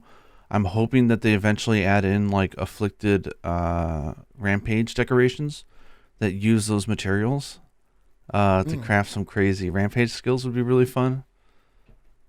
If they or do maybe that, those new armor, maybe, I don't know. those might end up being for the more exotic skills like coalescence or Yeah. bloodlust or that type of stuff. I feel like it might I'm end up really being looking for forward to. I'm looking forward to the day that they add a monster that gives us. It'll probably end up being. I'm gonna guess seething basil geese, but we don't have a. I'm sorry, I forgot to mention. Like the thing that I'm really enjoying is the new decorations, the level 4 decorations. Yeah. So not just the Rampage ones, but the level 4 ones are really powerful. And there's, as far as I know, they do not have one for Agitator yet. And I can't wait for them to add that, like an Agitator plus hard Agitator. I'm actually surprised because like the ones that I've unlocked so far, and I'm not sure if I'm gonna unlock more at 100 or not because I've been again, you have something to look forward to when I eventually get to that rank. I'm gonna unlock new things, and I find that interesting, and I want to experience that discovery for myself. So I haven't looked it up, but I don't know what other decos you're getting. But I'm just surprised that there's not like any offensive decorations. Really, it's mostly just quality of life stuff. Like you got some jumping deco, you got mind's eye stuff like that. Man, did you see the hard defense plus deco? I just made it yesterday. I use it. I have level defense 5 in one shot. It's amazing. My bullet barrage build has level 7 defense because it's like I don't want to have to think, is it safe to do a bullet barrage right now? It's like I'm gonna find out. I got 7 defense. Let's hope it's safe. That's the way that I look at it. But yeah, that's great. I have level 7 defense on one of my builds, but I'm currently working on another one that's, instead of having the level 7 defense, is going to have the blood right thing, because I can break parts fairly easy using bullet barrage. Like you break, so long as you can hit, you're breaking stuff really fast. So yeah. Interesting. Yeah, I think they'll add those in the title updates. I think as they start getting the more aggressive monsters, especially, maybe those ones will use the afflicted parts. Actually, that would make a lot of sense. If the aggressive skills, like there's an attack deco plus or attack plus that would use afflicted parts, that would make sense. I mean, there's already I already unlocked decorations that use some of those, if I'm not mistaken. Like I think Mind's Eye. Oh, really? Yeah, I was just remembering that. It's like it's super late for me, guys, so my memory is already like I already have bad memory on top of it. But it's like I think that Mind's Eye used like scales or something like that, because I was grinding for Mind's Eye for one of my builds. Oh, you're right. It does. Yeah, it uses 7 scales. Yeah, because I was grinding Mind's Eye to make a build to beat Rajang, because I'm like, I don't want to bounce off your arms, dude. That's too much trouble. I'm just gonna go through and, and attack him anyway. And a tier 4, because like, one of the things that I always end up with is if I have like a tier 4 piece, it always ends up with a tier 3 deco most of the times, unfortunately, because there's not that many things to put in there that you would usually want. I mean, I guess if somebody doesn't have like a good Wirebug Whisperer charm, they might use that to like get some regen or something. But most of the times it's hard to find. That's why I ended up with Defense 7. I'm like, I don't know what to put in this slot. Oh, this gives me 5 defense. I guess I'm maxing defense. Yeah. And I love that there's the hard like resistance ones. So if you have a level 4 slot, if you want to just like not worry about having like minus huge dragon, you just, it's a shopping list. It's like what I love about older Monster Hunters, right? It's like, okay, I need 5 of this, I need 3 from that monster, and I need 2 from that one. Okay, let's go shopping. And, you start killing monsters and breaking parts, get your stuff, make your gem, and it's like, it feels good. You said you have a list of the new monsters there on hand? I'm just looking at the Japanese wiki, yeah. Yeah, start naming them off. I'm actually, because off of the top of my head, like remembering all this stuff at 2 a.m. Yeah. But yeah. I think it'd be fun to like list off the monsters and like our instant first impressions of each of them. Yeah. So you had the Aurora Somnicanth. Yeah, she sucks. I like the monster. The mechanic is a little annoying, but I like. No, she sucks. No, let's not be blame nice. the she fight, sucks. not the. She sucks. I'll tell that to you, and she'll kill you for that. Oh, she really likes Somnicath. All right. Yeah. Espinas. Yeah, Espinas is awesome. I love Espinas. Then we've got As a matter of fact, I hope they bring more frontier monsters. I think that's pretty cool. Because I do, yeah. it should be easier for them. They don't have to like develop a brand new monster from nothing, and it's still monsters that a lot of people in the mainline series never experienced. So yeah. You got to forgive me. I don't know the English names for all these monsters yet. But there's. If you say it in Japanese, I should be able to figure it out. Maybe it's the Almudron subspecies. Oh, Magmadron. It's called it's called Magma Almudron, but his pieces are called Magmadron. So like Magmadron Mental, Magma Almudron's pretty cool. Yeah, I like him more than the regular one. More interesting. Maybe we'll talk about him later in this podcast. But the last boss. Yes. Then we have Garen Gollum. Garen Gollum's best boy. Really good. He's the best. Gormagala, fantastic. So. The Switch frame rate doesn't like the awesome effects that they added to the mantle, but man, does it look cool as hell. So you finally noticed it? Because the one time I brought it... A little bit of dips, yeah. It wasn't huge enough that it bothered me, but like, yeah, it definitely dips in some areas. Because I remember when I told you this the first time, you were like, I don't notice anything. And I'm like, oh, it's pretty bad. Yeah, it's the one that, the Switch can't handle. I wouldn't say disappointed because they could still add it later, but I'm just kind of curious why we don't have a substitution for Gossarag. Make it happen. Come on. Yeah, Gossarag deserves it. Shagaru was amazing. Shaggy was awesome, yeah. And Shaggy is the Gunlance that I made, dude. Like, his Gunlance has like 48 dragon, 35 affinity, and it doesn't have too much raw, but that's the one that I pumped up full of dragon, and I went and I smashed Rathian's face in with it. It's disgusting. I want to say, does it have the ass in the game? It does. Oh, I got to make that just for the memes. What ass?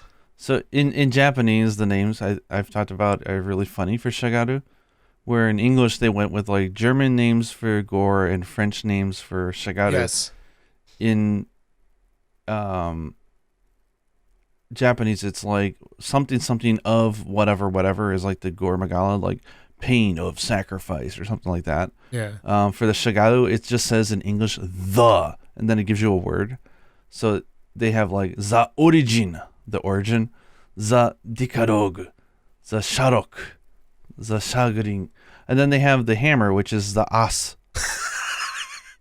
And it's what they're saying is like the earth, right? Like the earth, but it is said the same way that you would say like the ass, the buttocks. Yeah, so like hitting somebody with the ass is like, yeah. Dude, I've heard from a friend of mine, Cade. He's been saying that like friggin' Elemental Hammer is beast. With Charge Master from Garen Golem, he's like, dude, Elemental Hammer is like popping off right. Interesting. Yeah, with the Courage moveset or whatever. Okay, here's an interesting one. Seregios. Now, I love what they did with Seregios this time. Because he's always been like old grandma, right? Like he's literally chicken legs, right? He is a chicken, and he's chicken legs, you hit him, and he falls over, and like he can't stand up in the old games. Because you keep knocking his ass over. So this time he comes back and he's got scales all over his feet. Like, bitch, I've learned. And like, he doesn't topple very easily. There's one thing that bothers me about the bleed ailment. And that is that, you know how, if you want to crouch, you stop and you hit the button. Yeah. Your character always dodges forward. Every single time. Like, he never actually just stops and crouch. Like, you have to stop for about half an hour, and then you can hit the crouch button. Why? Why is that a thing?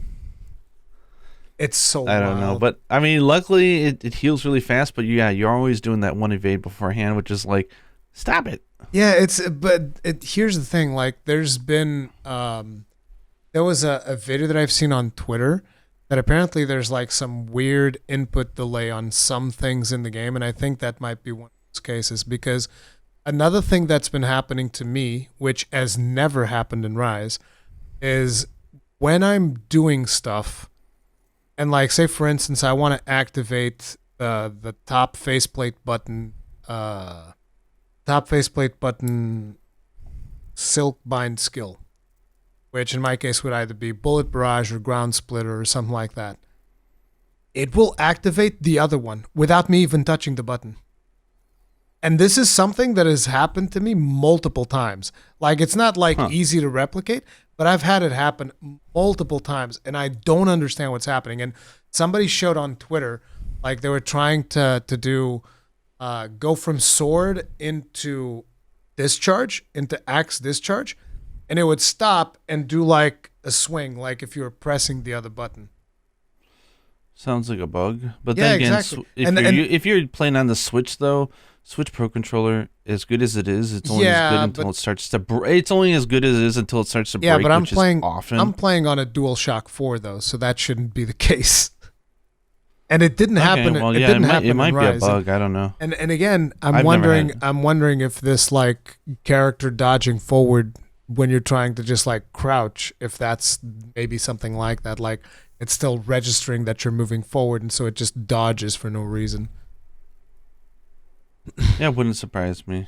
Yeah, but keep going. You were saying Sedegios. Sedegios was like, it was a little bit uneventful for me, to be honest. I like his skill though, blade skill honed. Well, we fought him way too much in the past games. That's why. Yeah, he was didn't feel like too hard or anything. Yeah.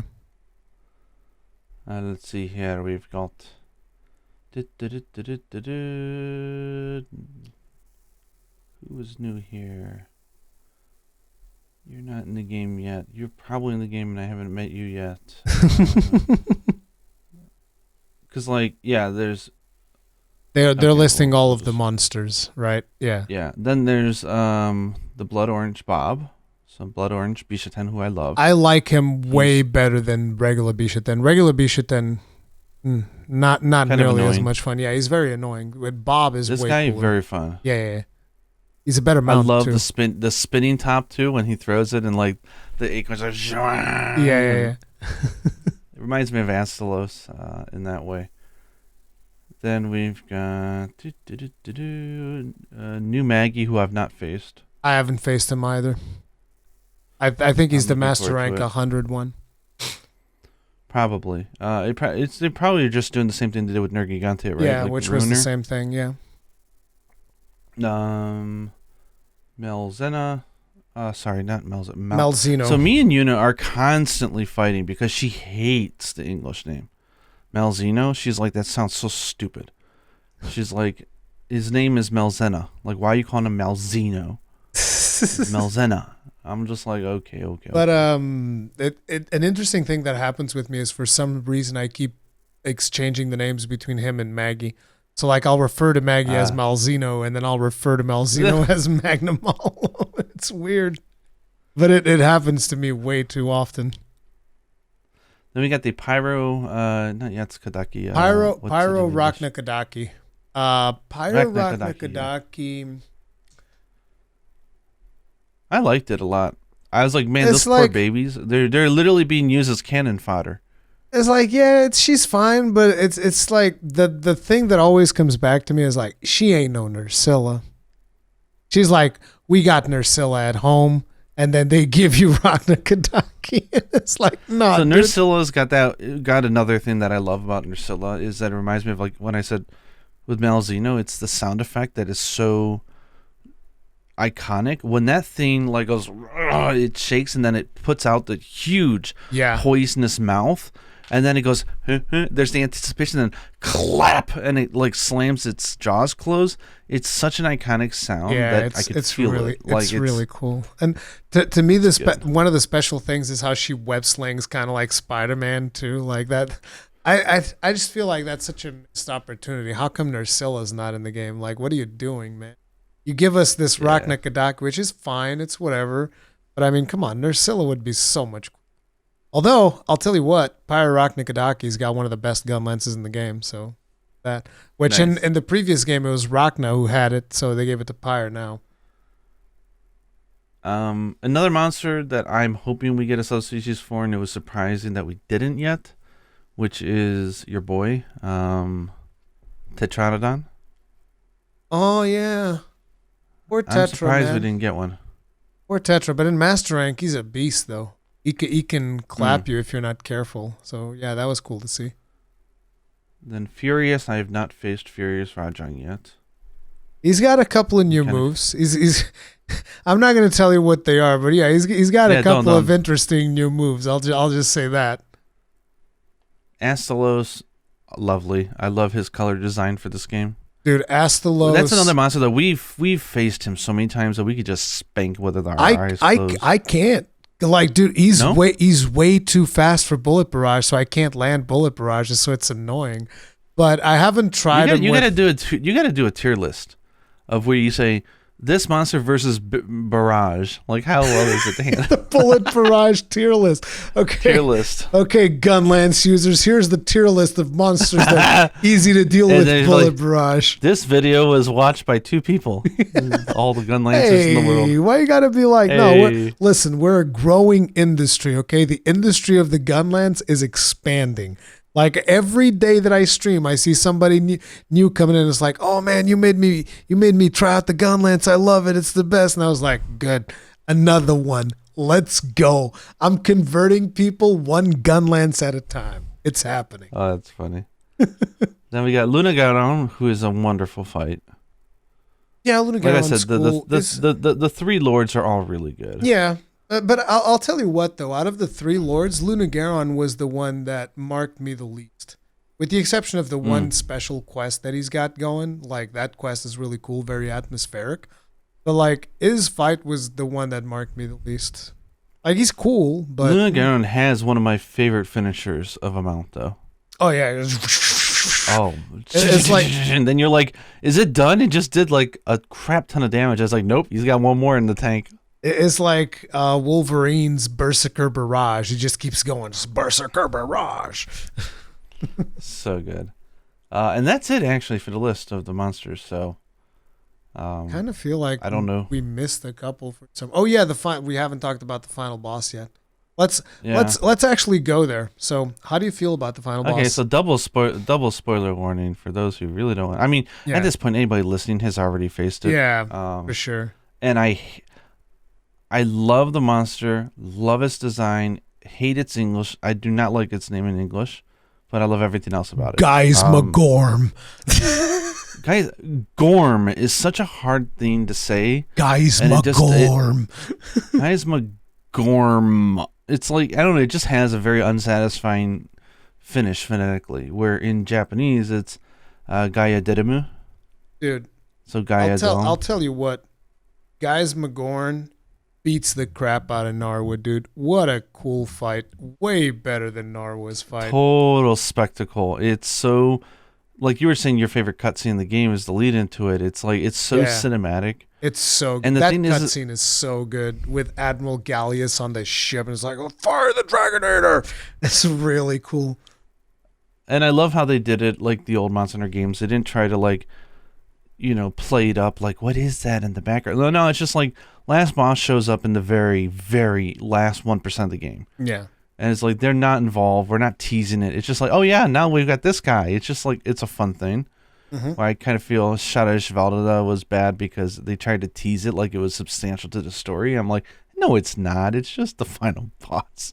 This one actually was substantial to the story because he's the reason the Kurio were like roaming around and whatnot. So yeah, but I mean, they didn't really reveal anything until the final hour. Yeah. But it looks so much differently than I would have ever imagined. Like, if you told me, okay, what's the last boss of Sunbreak, what would it look like? This is the furthest thing from my imagination. Like, it's like aquatic. It's got was saying it's kind of like I want to say it was like a seal, but it's got like the small little legs. It's really cute. It looks like a otter or something, right? Yeah. And it's got the really big, chunky front hands, and it's got like the back hands, almost like Gore Magala. It's got kind of like a Leviathan thing going on with its mouth, and I love that fight. That fight was really cool. Like, complete opposite for me of Narwa. Even though Narwa, they kind of solved the problem with Narwa for Gunlance, because like one of the biggest problems is, again, like you have to set up for every opening that you have. You had to go do ground splitter. And now it's like, How you bullet barrage? You just bullet barrage, and it's like, oh, this feels great. Just like that Narwa is doing something, I'm like, I'm bullet barraging immediately after that. Bam, hit, bam. So like Narwa doesn't bother me anymore, and it's actually a fight that I can do just fine. But this boss just feels incredibly fun. And the first time that you fight him, as a matter of fact, I almost wish there was an option to go back there with. Maybe there is at the end of like, after you do all the follow requests or something, they let you go back there with Fear Rain. Like, I hope they do that because seeing that cutscene near the end was really cool with Fear Rain. Just like I was kind of curious. Is that a guarantee? Because someone was saying like it's not. Like if you actually do knock it off the platform, like you don't get to see that. It's only if you're not there in time. But I'm like, really? I thought it was scripted. I don't know. I feel like the problem is if you do it in multiplayer, you might be able to bypass. I mean, did you do it in multiplayer with Yuna, that hunt, your first time? No. Yeah, we did. But we didn't know what the hell we were doing, and we were just having fun, like shooting the little things coming down. I'm like, oh, it's bullet hell. I'm like, no. She's like, no, you got to hit the monster. I'm like, oh, sorry, I was having fun. So she still dunked on you guys then. Yeah, that was a great. It's like we're not gonna make it in time. Okay, we'll just send in the girl. She'll go down and. No, but that was really cool. And the thing is about that fight, because I've done it quite a few times now, I don't think you can ever knock him down on the first ballista stage. No, I don't think you can. Yeah, because like I had my friends. You always have to get out of the way from the attack that it does. Because like my friends that we raid with and stuff, we were actually on comms. We're like, okay, we're gonna go for this thing first, then that one, then that one. Yeah. And we couldn't blow it up. So it just feels like the first one is scripted to blow up, and then the second we instantly get him because it just goes super fast. And it's satisfying when you see him fall on his ass. Yeah. Like that. It feels so good. And there are so many things to that fight, like breaking his face staggers him, breaking his legs throws him to the ground. You can chop his massive tail, which is pretty cool as well. I don't know if it was intentional, but I kind of feel it was, that a lot of people complained about the ending of Rise being the fact that Narva falls down a hole and it's like to be continued. And then they almost show that they're going to do the exact same thing. I'm like, no, they aren't. They show it fall into a hole and it's like it fades out. I'm like, are you kidding me? And then they're like, down that hole. I'm like, yeah. I almost feel like that was intentional. And again, it's cool that you see the ship in the cutscene, right? Because the rest of the hunters are there, and then you call in for the Dragonator strike, and it's like Dragonator's coming in, and then in the cutscene, the transition, the big explosive Dragonator comes in. It's really cool. I friggin' love it. When he enrages in the final scene, it kind of reminds me of like Gogma getting up on the hind legs and like just spewing stuff everywhere and going crazy. Yeah. I mean, I love when the cannons come. The cannons, like they got the little like shadows on the ground to show you where they're gonna fall. Yep. So you can pre-position yourself, and then it's just like boom, and then just fall out of the sky or something. It's so if you put yourself and so fun. If you put yourself in front of them, you actually get staggered because you get knocked by. So you have to be a little bit further away. There's a little bit of tremor going on there that'll knock you on your ass. And I can't get enough of its set. It's a good example of how to do a last boss set. Where I mean, the fight itself, the first time is chaotic, so you don't know what's going on. But it's actually a pretty easy hunt. It's just really fun and cinematic. But then when you make its armor, it's a substantially good armor, and but it's not brokenly strong, but it's got a skill that's really good, but it has a counterbalance, right? Yeah, it has drawbacks. Because you are losing health. So I think that's great, and I love its weapons are really good. And then I think the game kind of hints that Elemental is really good because, like, when it comes to raw and sharpness, like, his weapons are the king. Yeah. And so you're like, okay, the other ones must be pretty good when it comes to Elemental. Then you start seeing some values like 69. You're like, what? Yeah. On a weapon like Bill Blades and stuff, you're like, well, wait a second. I got to try that out. Yeah, there's some Gunlances that also reach like 70 plus fire damage, and I'm like, what the hell is going on? This is some crazy elemental values. And some people are like, this ain't that much. Iceborne had bigger values. Yeah, Iceborne's values were bloated. You have to divide it by 10 to get the actual value, if I'm not mistaken, the actual elemental value. Whereas these ones are not bloated. This is the real number. So 70 would be like the equivalent of having like 700 of a certain damage in Iceborne. So yeah. And like I've been seeing posts from Sarah, and Sarah's been going wild on Elemental Charge Blade. Like that thing is hitting like a goddamn truck. That's awesome. Well, that's good to hear. Yeah. But I'm kind of curious on what the general people feel about the last boss, because to me, in a way, it felt similar in spirit to like the Xeno'jiiva encounter in World, where it's a big fight, you don't know what's going on the first time, then you figure it out, and it's pretty easy, but fun and cinematic. But I feel that it was better because the cinematic parts were really interesting and quite exciting. I just feel that it was better because it had more parts that you can hit, whereas Xeno'jiiva, you spent most of the time chipping away at his little legs. Yeah, you're just like, I'm chipping away at your legs until he falls over to the side, then you hit the chest. But this one has many more contact points that you can attack. You can chop his tail. I mean, you can chop Xeno's tail as well, but this one just has it more accessible, so it feels good. Man, when me and Yuna did it for the first time through, it was exciting, and she was using bow. Oh, the poor girl. She didn't really. You got to be really close to that thing. You're using bow, and she was having a hard time doing that. And she sees me with insect glaive, just like, at a buffet. Like, I'll take a little bit of the tail, I'll take some of the head, and she's like, must be nice. Very satisfying hunt to do with insect glaive. I bet. Very satisfying. Like, you just go friggin' typewriter mode.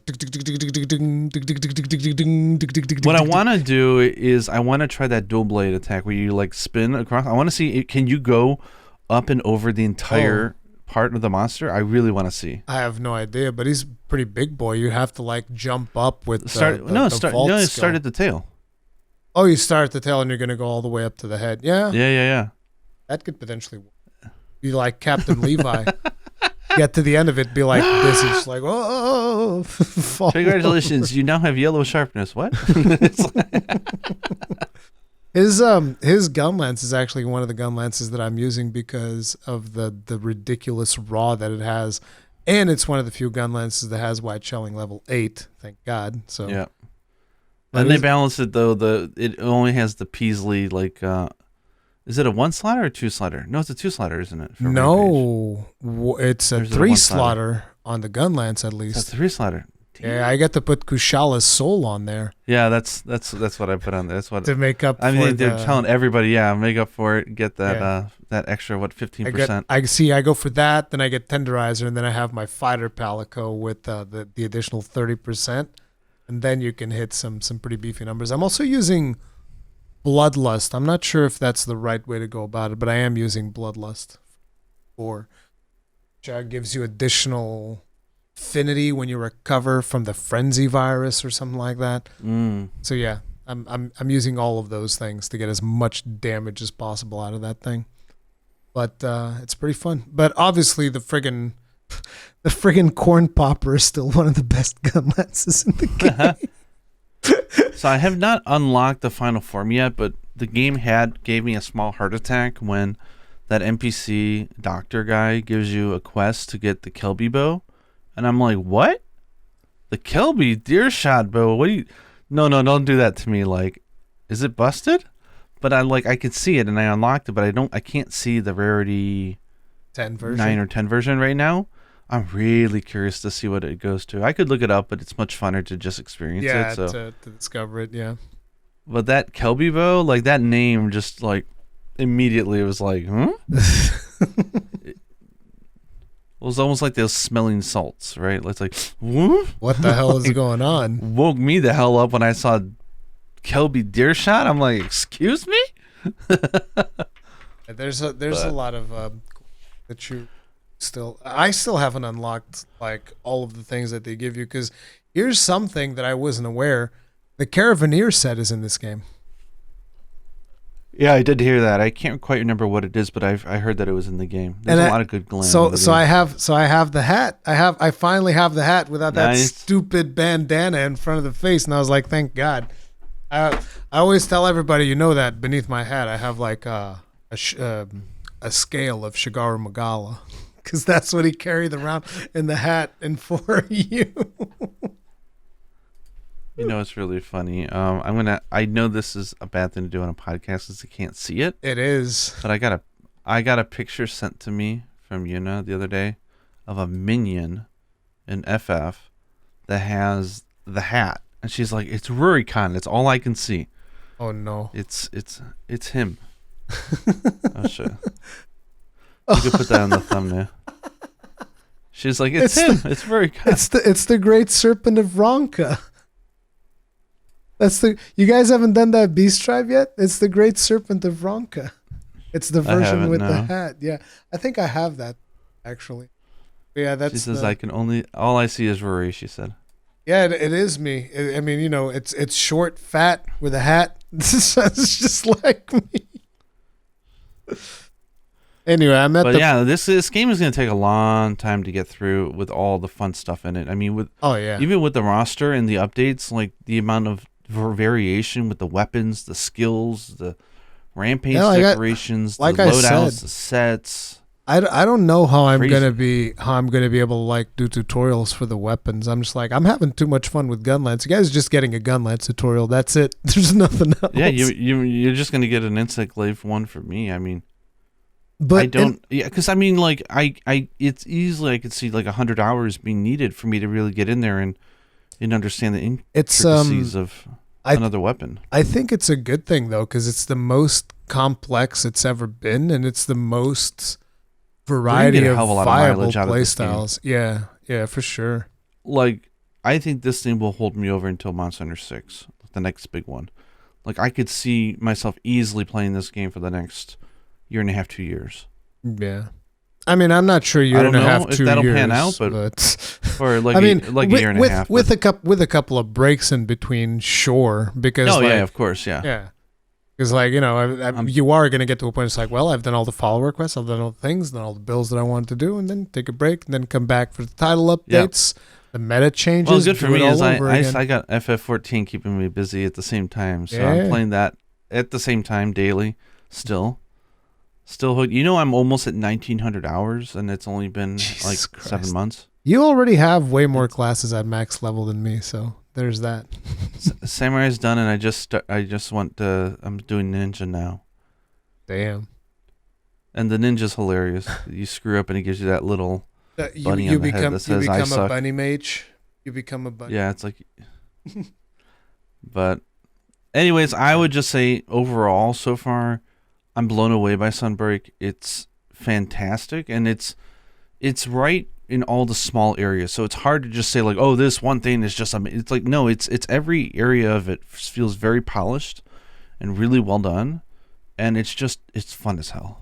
Yep, I agree. So it's been above my expectations, I would say. Definitely, it's like the thing that was definitely above my expectations, because like I was very suspicious of what they were gonna do with Gunlance. Like, oh, you're gonna like nerf the damage and then put this stupid thing on top of it, but no, it actually feels good to play. Like, so yeah. Also, I'm beginning already to slur my words. I'm just like about to fall asleep. Well, I think we went through most of the stuff, so I think it's a good place to end it, and it'll be interesting being able to talk about this game more on future podcasts, because there's just so much we still haven't really delved into. Oh yeah, that it's going to be really fun as we start to peel off the layers of nuance and fun stuff. But god damn, this game's good.